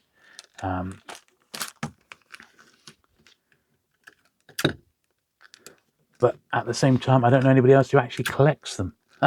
I've given a couple to my sisters, a couple of my spare Agatha Christie's.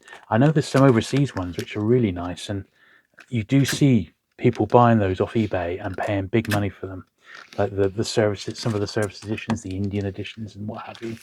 I've got examples of them all, but I don't really know anyone who collects them outright. My friend Gary Levisi over in America has got quite a run of Canadian white circles, and they're really nice. They've all got illustrated, I think they've all got illustrated covers rather than these, which are like generic. So these big thick ones, I'm not going to try and squeeze them into normal bags. They're going to go straight into digest bags. Now that one I've just spotted, it's got a little 9A on the front. How did I miss that? Quality control, so you can't get the stuff. Look at that. After all we've been through, I still managed to miss something right obvious, right on the front cover there. I don't know.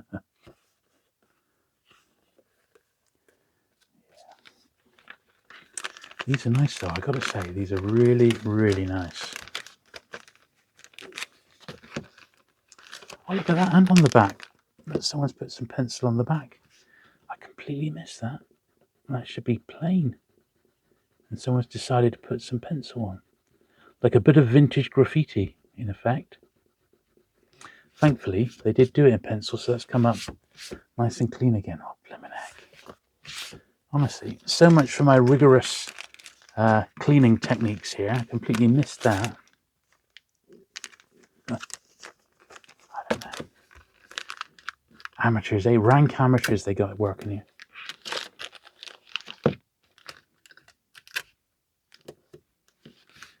Now, the only problem with these digests is because I do need a digest, it means I always got to fold over the side, which, it is inevitable. There's nothing you can really do about it. And I don't mind. The main thing is I'm giving these, you'll notice that I'm bagging up my most earliest paperbacks. And the reason for that is because they're just the ones that are most vulnerable. It is as simple as that, really. They're the ones that need the most protection.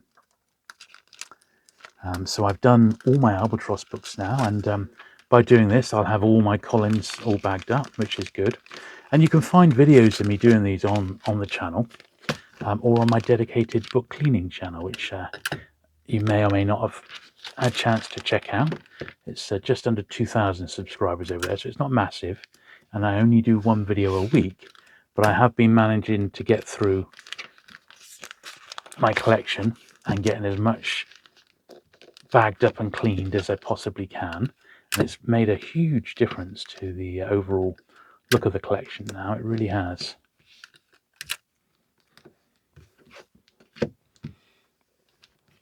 But these, they just look so nice, don't they?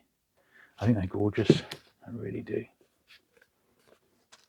Even when they're not quite mint like this one, which is a bit of a slightly lower grade one.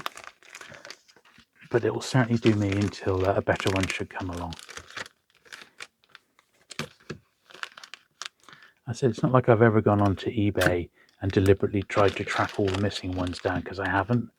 But when I come across them, I've generally got my list on me and I can quickly check which ones I might need. And that was exactly what happened on my recent trip to Morris at AllYouNeedIsBooks. He'd had that box of these from the auction, and I was able pretty much, he hadn't got around to sorting them yet or pricing them, so I was able to get them before they hit his general stock, which was rather lucky. But just reading a book like this, number 65, it's probably from 1936, 1937, the weight of it, it's just absolutely magic. It's a real experience reading classic crime in an edition that was published all those years ago. There's just something really, really special about it, and it's difficult to put into words, but that is, where you get sometimes the absolute most satisfaction from collecting vintage paperbacks or vintage books in general. It's knowing the book and the history perhaps that it's been through, or even not knowing its history, but it's the fact that it's a really old book that somehow has managed to survive the ravages of time and war, and managed to get into your collection. And That's the joy of, I guess, being a paperback collector. Look at that. I have no idea what that book's about, but I just know, I know it's an absolute cracker. I'm certain of it. It's just got that feel about it.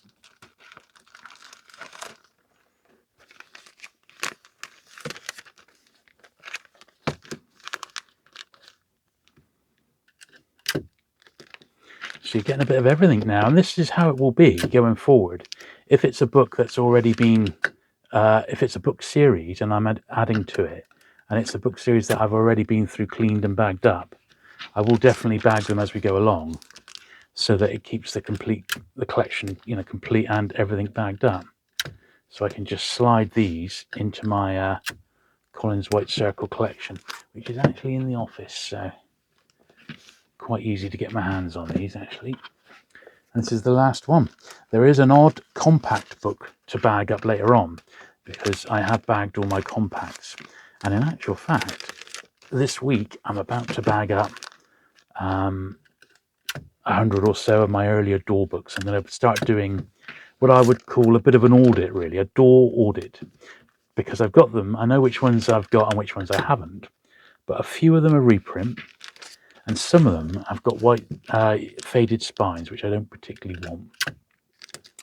So I'm going to be doing that this week with a bit of luck. Lovely.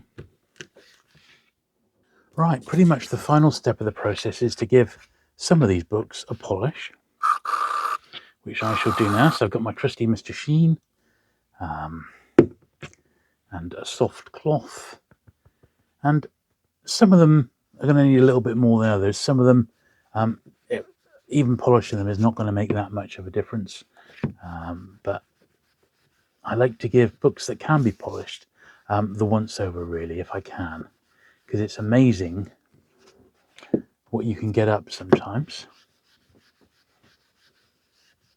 with just a very, very light, gentle polish, which is all I try and do really on these.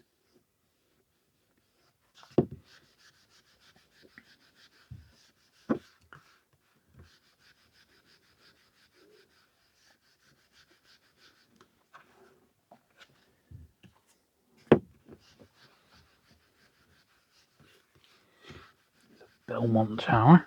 I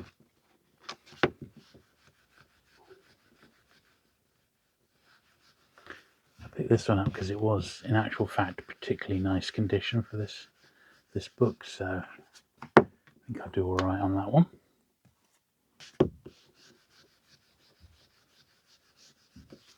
Lovely cover on this one. Not sure if it's Bruce Pennington or not. He doesn't always sign them, and some of the books were done to ape his style, so it looked like a Bruce Pennington. So it does make it quite difficult to really pin down who did what. But it's a lovely cover all the same to that one. It really is. So.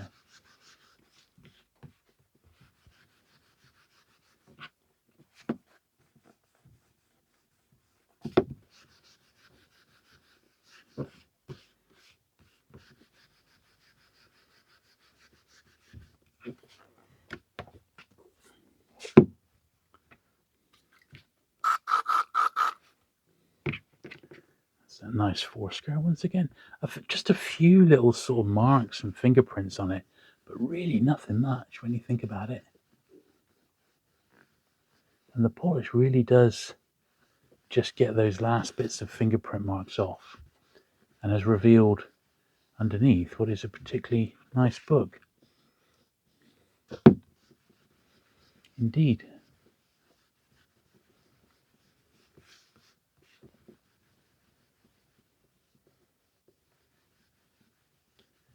Yeah, one of their true crime titles. That very nice.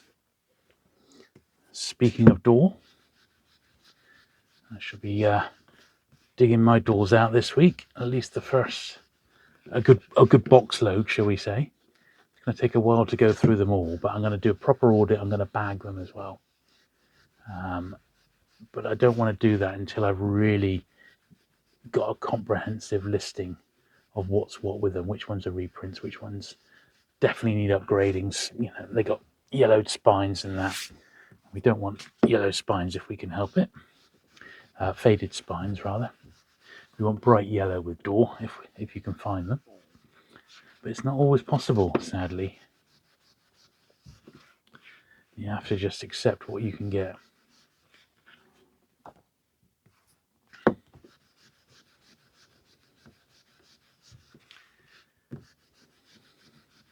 Now I'm filming this on a Sunday, and it's quite a nice Sunday afternoon, and there's I can hear a few children playing in the gardens and what have you nearby.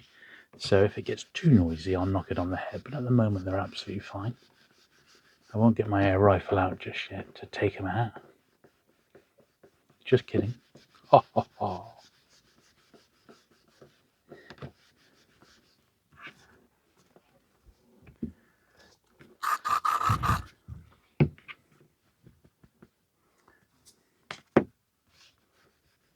But I was hoping to finish this today.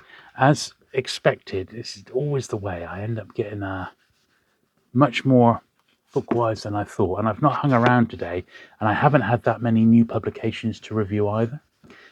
So last time, if you remember, I had absolutely stacks of stuff that had all been published at the same time. And I like to, anything new like that, I like to give either a dedicated review or at least a mention that's been published on my monthly pickups video. And then last month there was a lot that I did both of. They had reviews and they had mentions on the pickups video. So they had double dipping, but that doesn't matter because I just make you aware of what's what. I said the main bit of news really this week is the fact that potentially there's going to be another paperback fair outside of the London one. I've got, personally nothing to do with it. I haven't organised it at all. It's just been organised by the dealer Morris and Dorset Bob. They're the ones who've and it's very, very local to them, so it's just going to be like a local book fair that they're putting on, but it will be quite paperback focused with other dealers coming along as well. So I shall definitely be going for it as long as I'm not already booked up, and I think you will do very well if you can make it yourselves. So as soon as I got the firm details, I shall of course let you know. I'd like to pick up some more Stephen King, to be honest. This one had the Cujo. That should be bright red. It's faded. At least I'm pretty sure it should be bright red. But apart from that, it's a pretty nice copy. And it was the first paperback edition. As I said, they came in big runs, although Cujo was slightly earlier. But I bet you even this in first printing had at least 100,000. I'd be amazed if it didn't. So it's good to get that.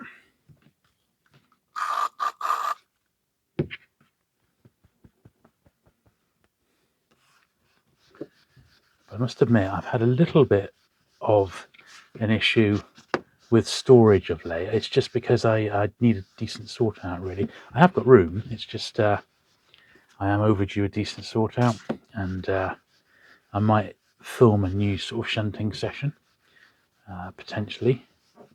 I've got quite a bit that needs to be filed away, really.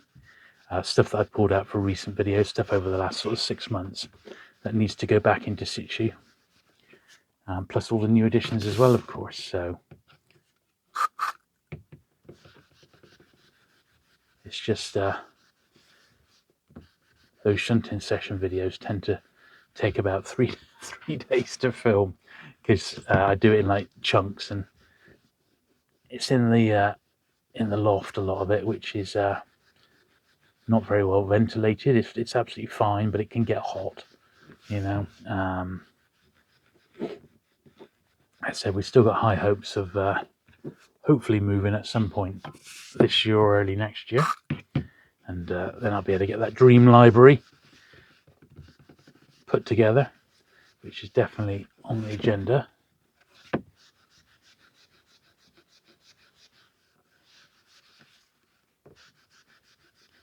these are cleaning up really nicely now.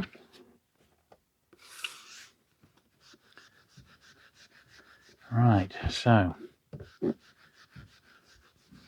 I have 3 more stacks to go, and 3 reasonably big stacks at that, sadly, but that's okay because we're getting through them, and the books are looking all the better for it. Okay, so without delay we shall crack on. This is really dusty, this one. Not sure. Unfortunately, I don't have an accurate list of what Penguin science fiction I've got past the in the ISBN realm, past the numbered penguins.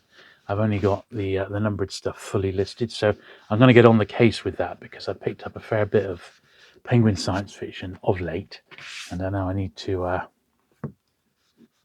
have an accurate list so I don't start doubling up. Very gentle with this one here.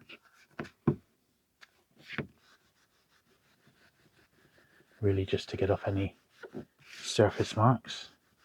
You'd be amazed what will be on there.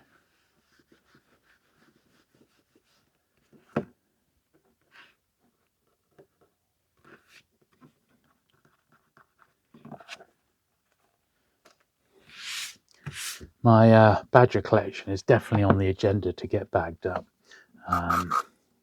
sooner rather than later, I think, because they're great, and I think they need to be bagged up really.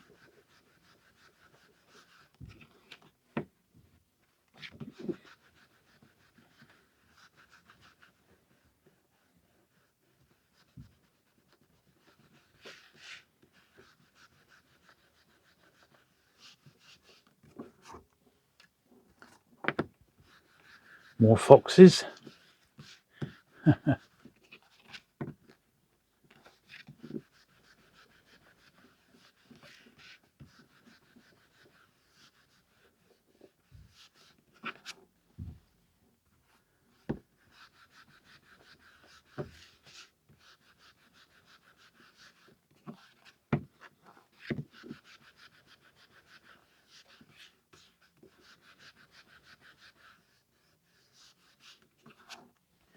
So it is getting a little bit noisy outside, so I'm going to do this little pile, and I think I'm going to call it a day for today.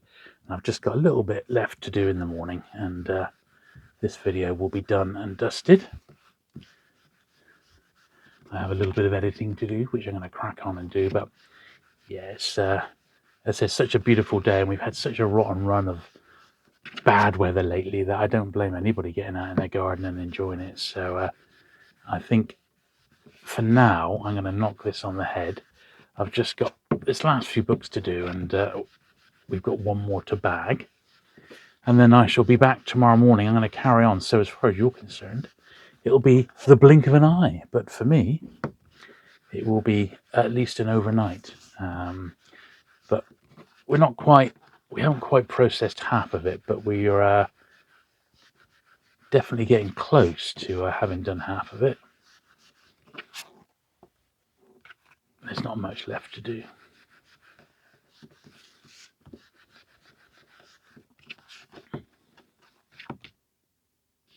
Actually, the music has stopped, so you never know, we might be in luck. This is the odd compact, that last one, which cost me £1, which is even better, wouldn't it? Who would have thought I would have found one of the books I needed for just £1? It's not mint by any means, but at least it's another one off the list. And this one also needs to be bagged up, so we'll slide them into a bag now, because I bagged all my compact already. There we are, like so. Let me just take that down. Unfortunately, the back garden music has started up again, so what I'm going to do, I will knock this on the head now, and I'll be back in the blink of an eye, but it'll actually be overnight. There we go. Good stuff. Right, so I actually came back the same evening, so it's actually the same day. It's a few hours later, and it's much quieter. Everyone seems to have gone in now for the evening. So I thought I shall strike while the iron is hot and get out here right now to finish off, if I can, because I want to, ideally I wish to get this video edited tomorrow. It's going to be another long one, which was not deliberate, I promise. It's just how it's come. These things happen, you know.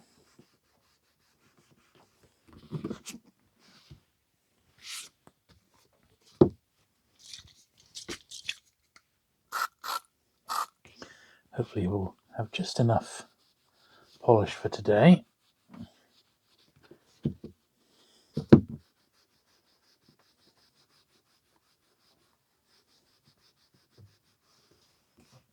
Some of these B format books are quite dirty. They do show up the dirt quite a bit. So they're going to need a real good clean in actual fact. Well, some more than others, I guess.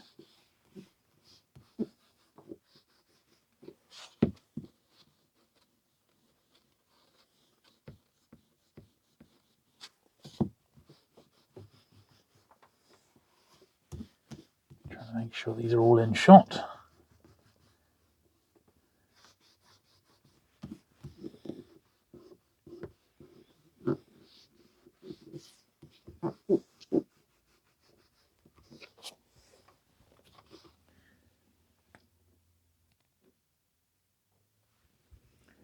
Just adjusting the camera ever so slightly to get these in a bit centered.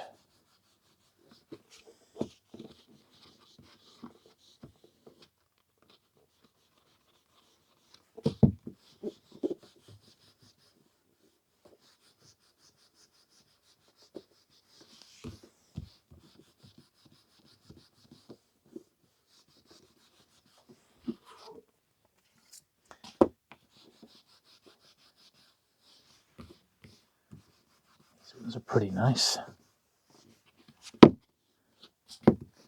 Anyway, just a few little marks here and there. Nothing too serious.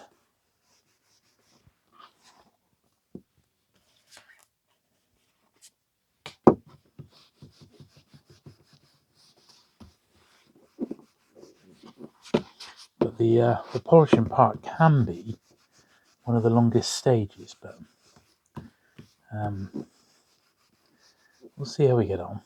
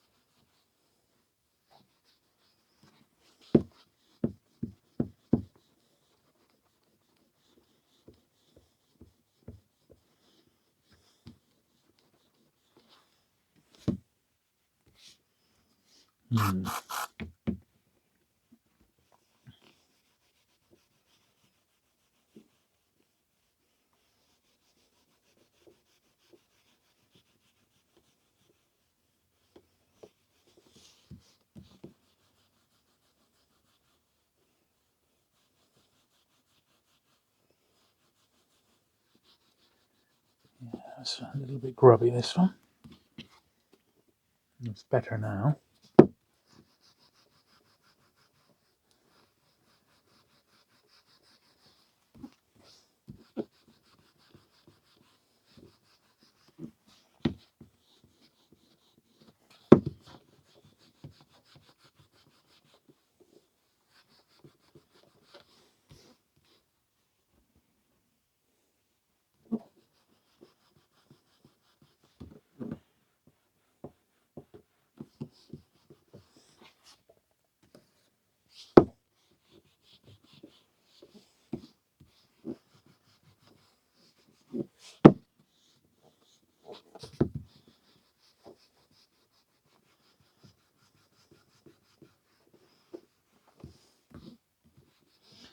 Yeah, some of these are definitely worse than others. I think that's a given.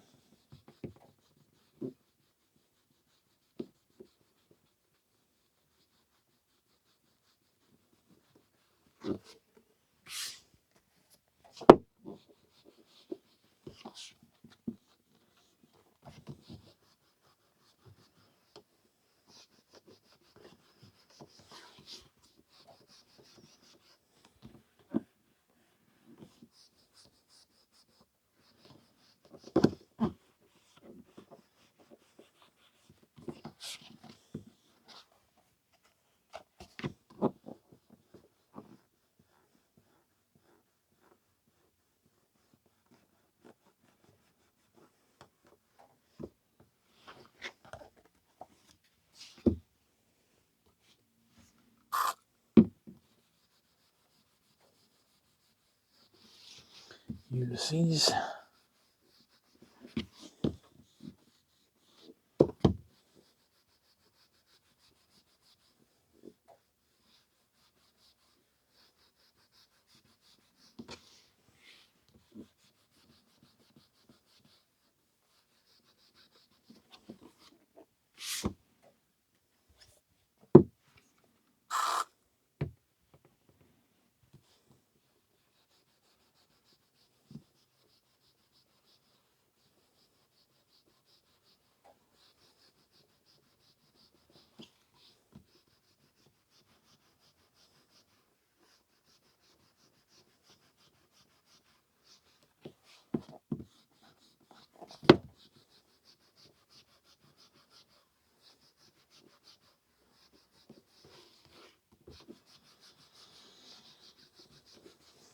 This next one was particularly bad, but it's also very early. It's an early one, so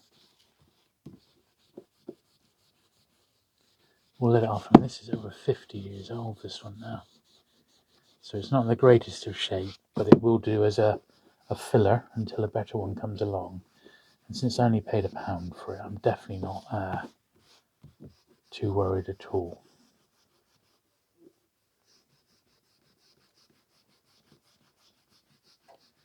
Did all right there. These two Fabers are actually really nice. So very much the cursory once over. And they'll be fine. So don't often come across nice condition Fabers. They're usually absolutely hammered.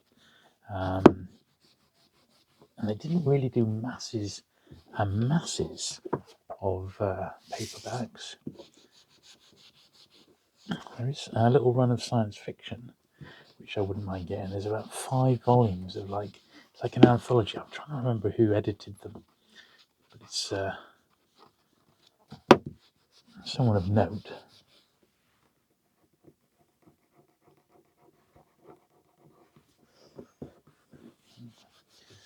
Well, that was something I could just scrape off, but sadly I can't.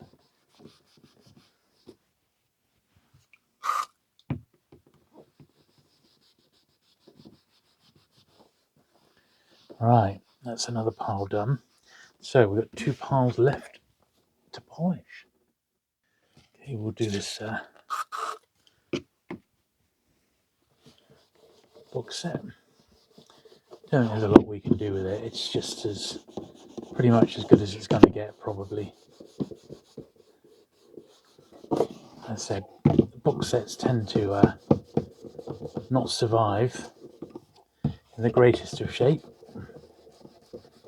But this one was better than no box set. I've never seen it before, so yeah, pleased to get that little fella. Right. Now, I think before we do this pile of books, we'll do these 4 hardbacks. I get a clean bit of cloth.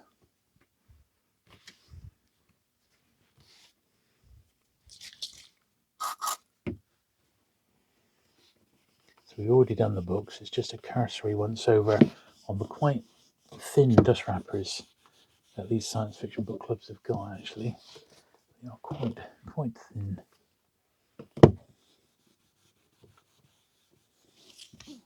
But you'll notice that in some of the cases with this, all we're really doing is taking off a thin layer of dust that may have accumulated over many, many years, rather than removing specific stains, you know?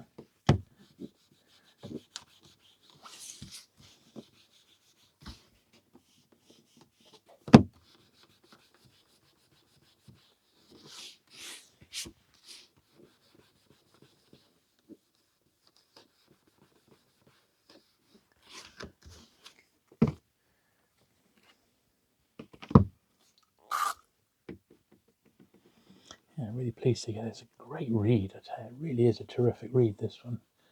I would say it is unputdownable, particularly if you know a bit about how The Godfather came about. And Puzo had a very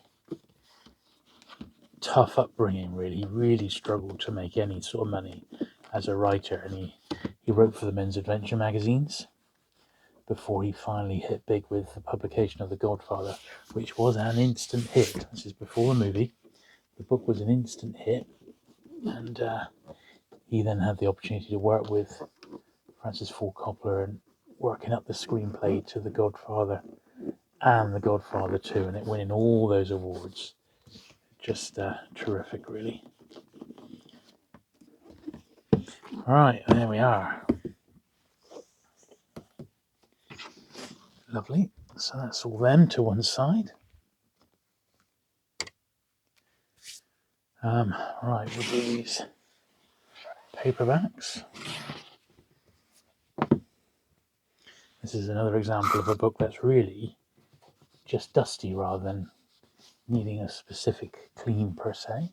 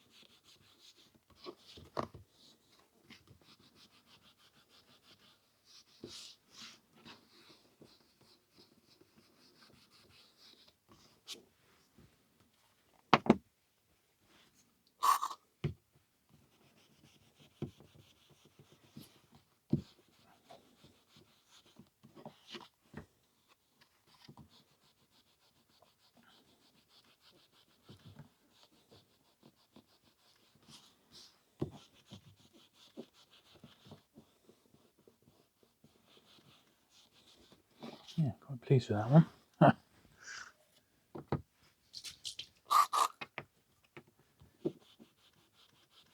Yeah, see, that had some splashes of something which have come right up. Probably a coffee or something like that. And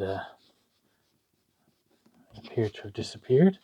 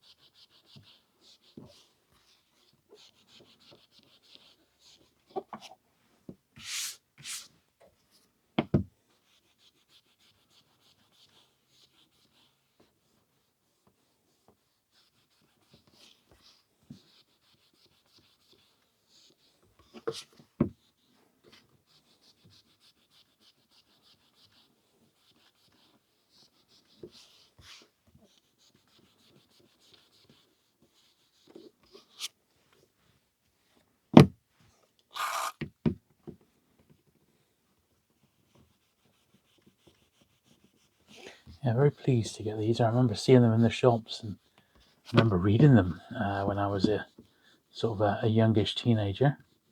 And although the robot books are a bit basic, this later one isn't too bad at all. And even the early ones have got their charm. Yeah, it's come out actually pretty nice, that. I said there's not, he wrote a lot, Asimov, but there's not masses that I'm looking to get now. I've pretty much got a fairly decent run, and it's not been very difficult to get, even in paperback first edition. So as soon as I get the last few bits and pieces, I shall do a dedicated video, Asimov in UK paperback first, and we'll have a look over what I've actually got. But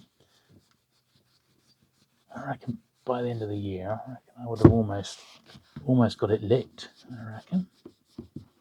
Glad to get a few Stephen King. I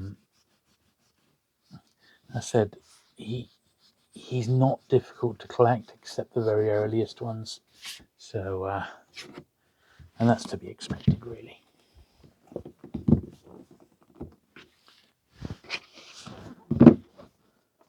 Okay, we're on to the last pile now, but it is quite a big pile. In fact, this really should go on the next pile, that first pile. So we'll do these. Now, some of these penguin ones I can only give a very cursory polish to, and I'm also going to get a fresh bit of cloth again.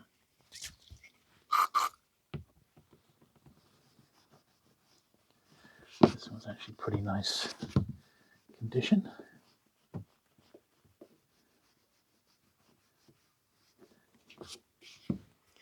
See, that one, in actual fact, I'm not going to put anything on that because that's an early handbook. This one's okay, just have a little touch.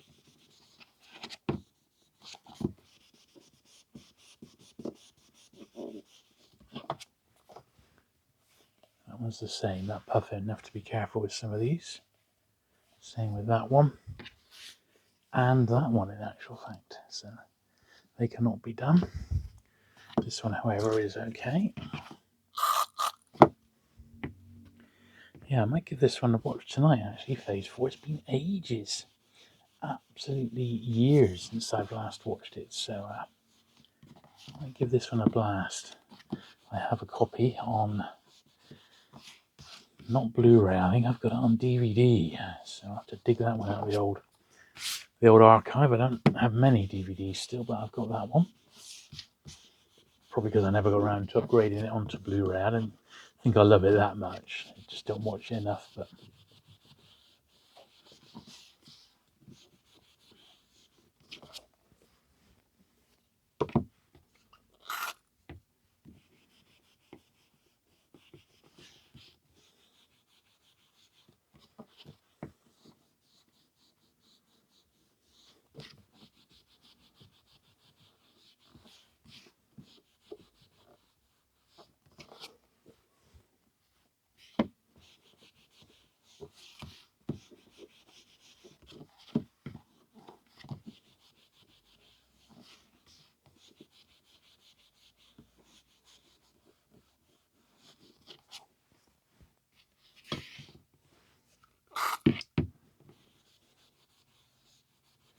another one that was more dusty than anything else.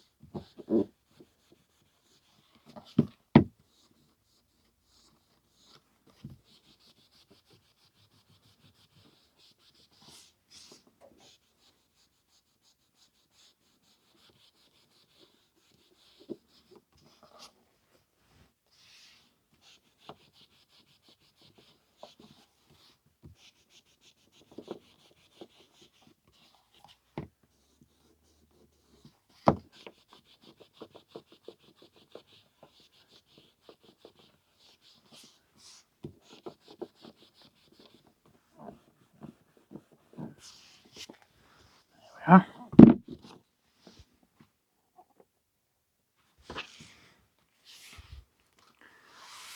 Last few bits to go now. Now, I think I've cleaned the box set. The actual books themselves are pretty nice, as I recall, but we'll need to give them perhaps a once over.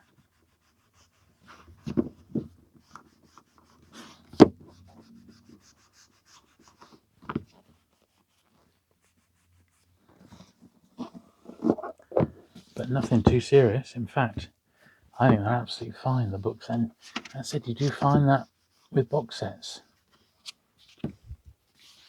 So a small confession. So I had this got Steve and Morris laughing the other day. So I said, when I was a kid, I used to love box sets, and I would go into W.H. Smith's, and they'd have like a Doctor Who box set, or they'd have Alfred Hitchcock and the Three Investigators box set, for example. There was a couple that I knew that I bought as a kid. And what I would do, I would slip the books out of the box set and slip in the books of the series that I didn't have. So I was guaranteed to get 4 books that I didn't actually already own. I guess that wasn't the intended plan by the publishers. I imagine they wanted to do it just to clear old stock, but that's how I did it. I thought that was just the way you did it. You just chose the books you wanted.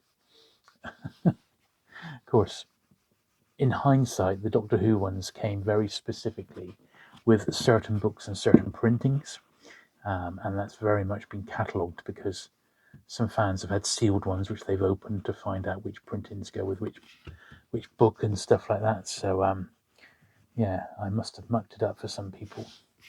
But hey, there you go. I was young. I didn't know I was doing anything wrong. Nobody stopped me.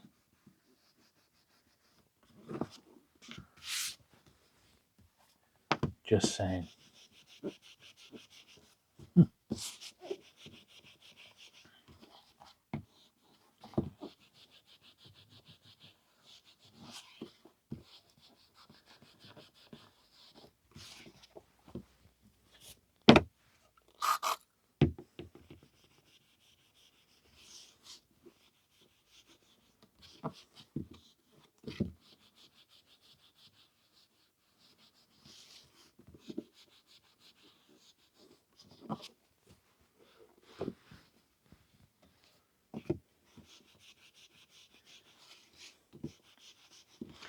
So as we come to near the end, I've hopefully kept this one under 3 hours. I don't think it's going to be quite as bad as last month's, which was stupendous, like 3 hours or something. This one I think possibly might be just under 2, but in all honesty, I've actually lost track of time. I've done so many little segments to it, and I've come back over time, so I don't actually know how long this one's going to be, but I'm hoping it won't be much longer than a couple of hours. But thank you if you have stayed with me to the end. I know some of you really like the long videos, and you come back and watch them in parts, which is absolutely fine, of course. Whatever way you like, I don't mind at all.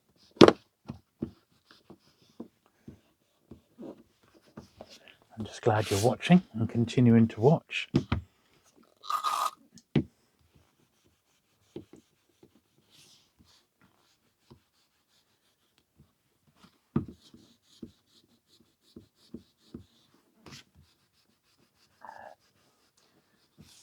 Thanks as always to my Patreon and channel members for helping support the channel.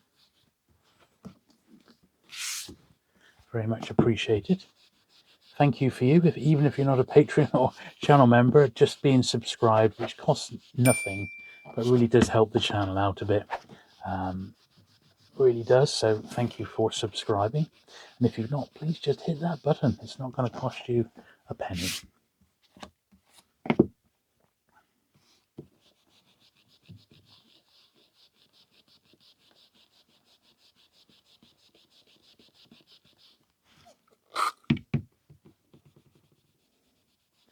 There we are. We've got that circle of that John Brunner.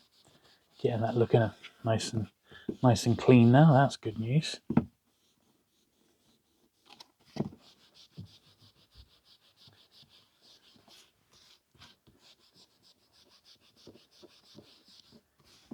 Lovely. So yeah, thank you for watching today. It has been an epic of sorts, but not too bad.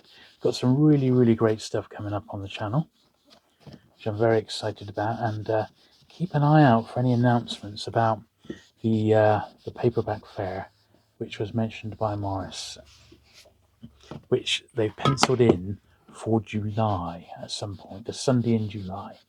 But as soon as we get more details and it gets confirmed, I'll definitely spread the word on here so you get a chance to go along. But I shall, I'm definitely intending to go along, let's put it that way, as long as I am free.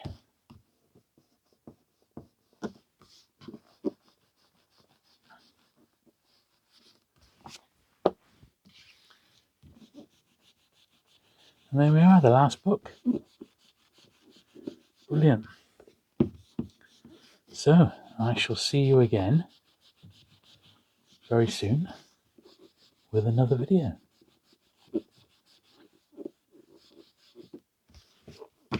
Good stuff. Bye.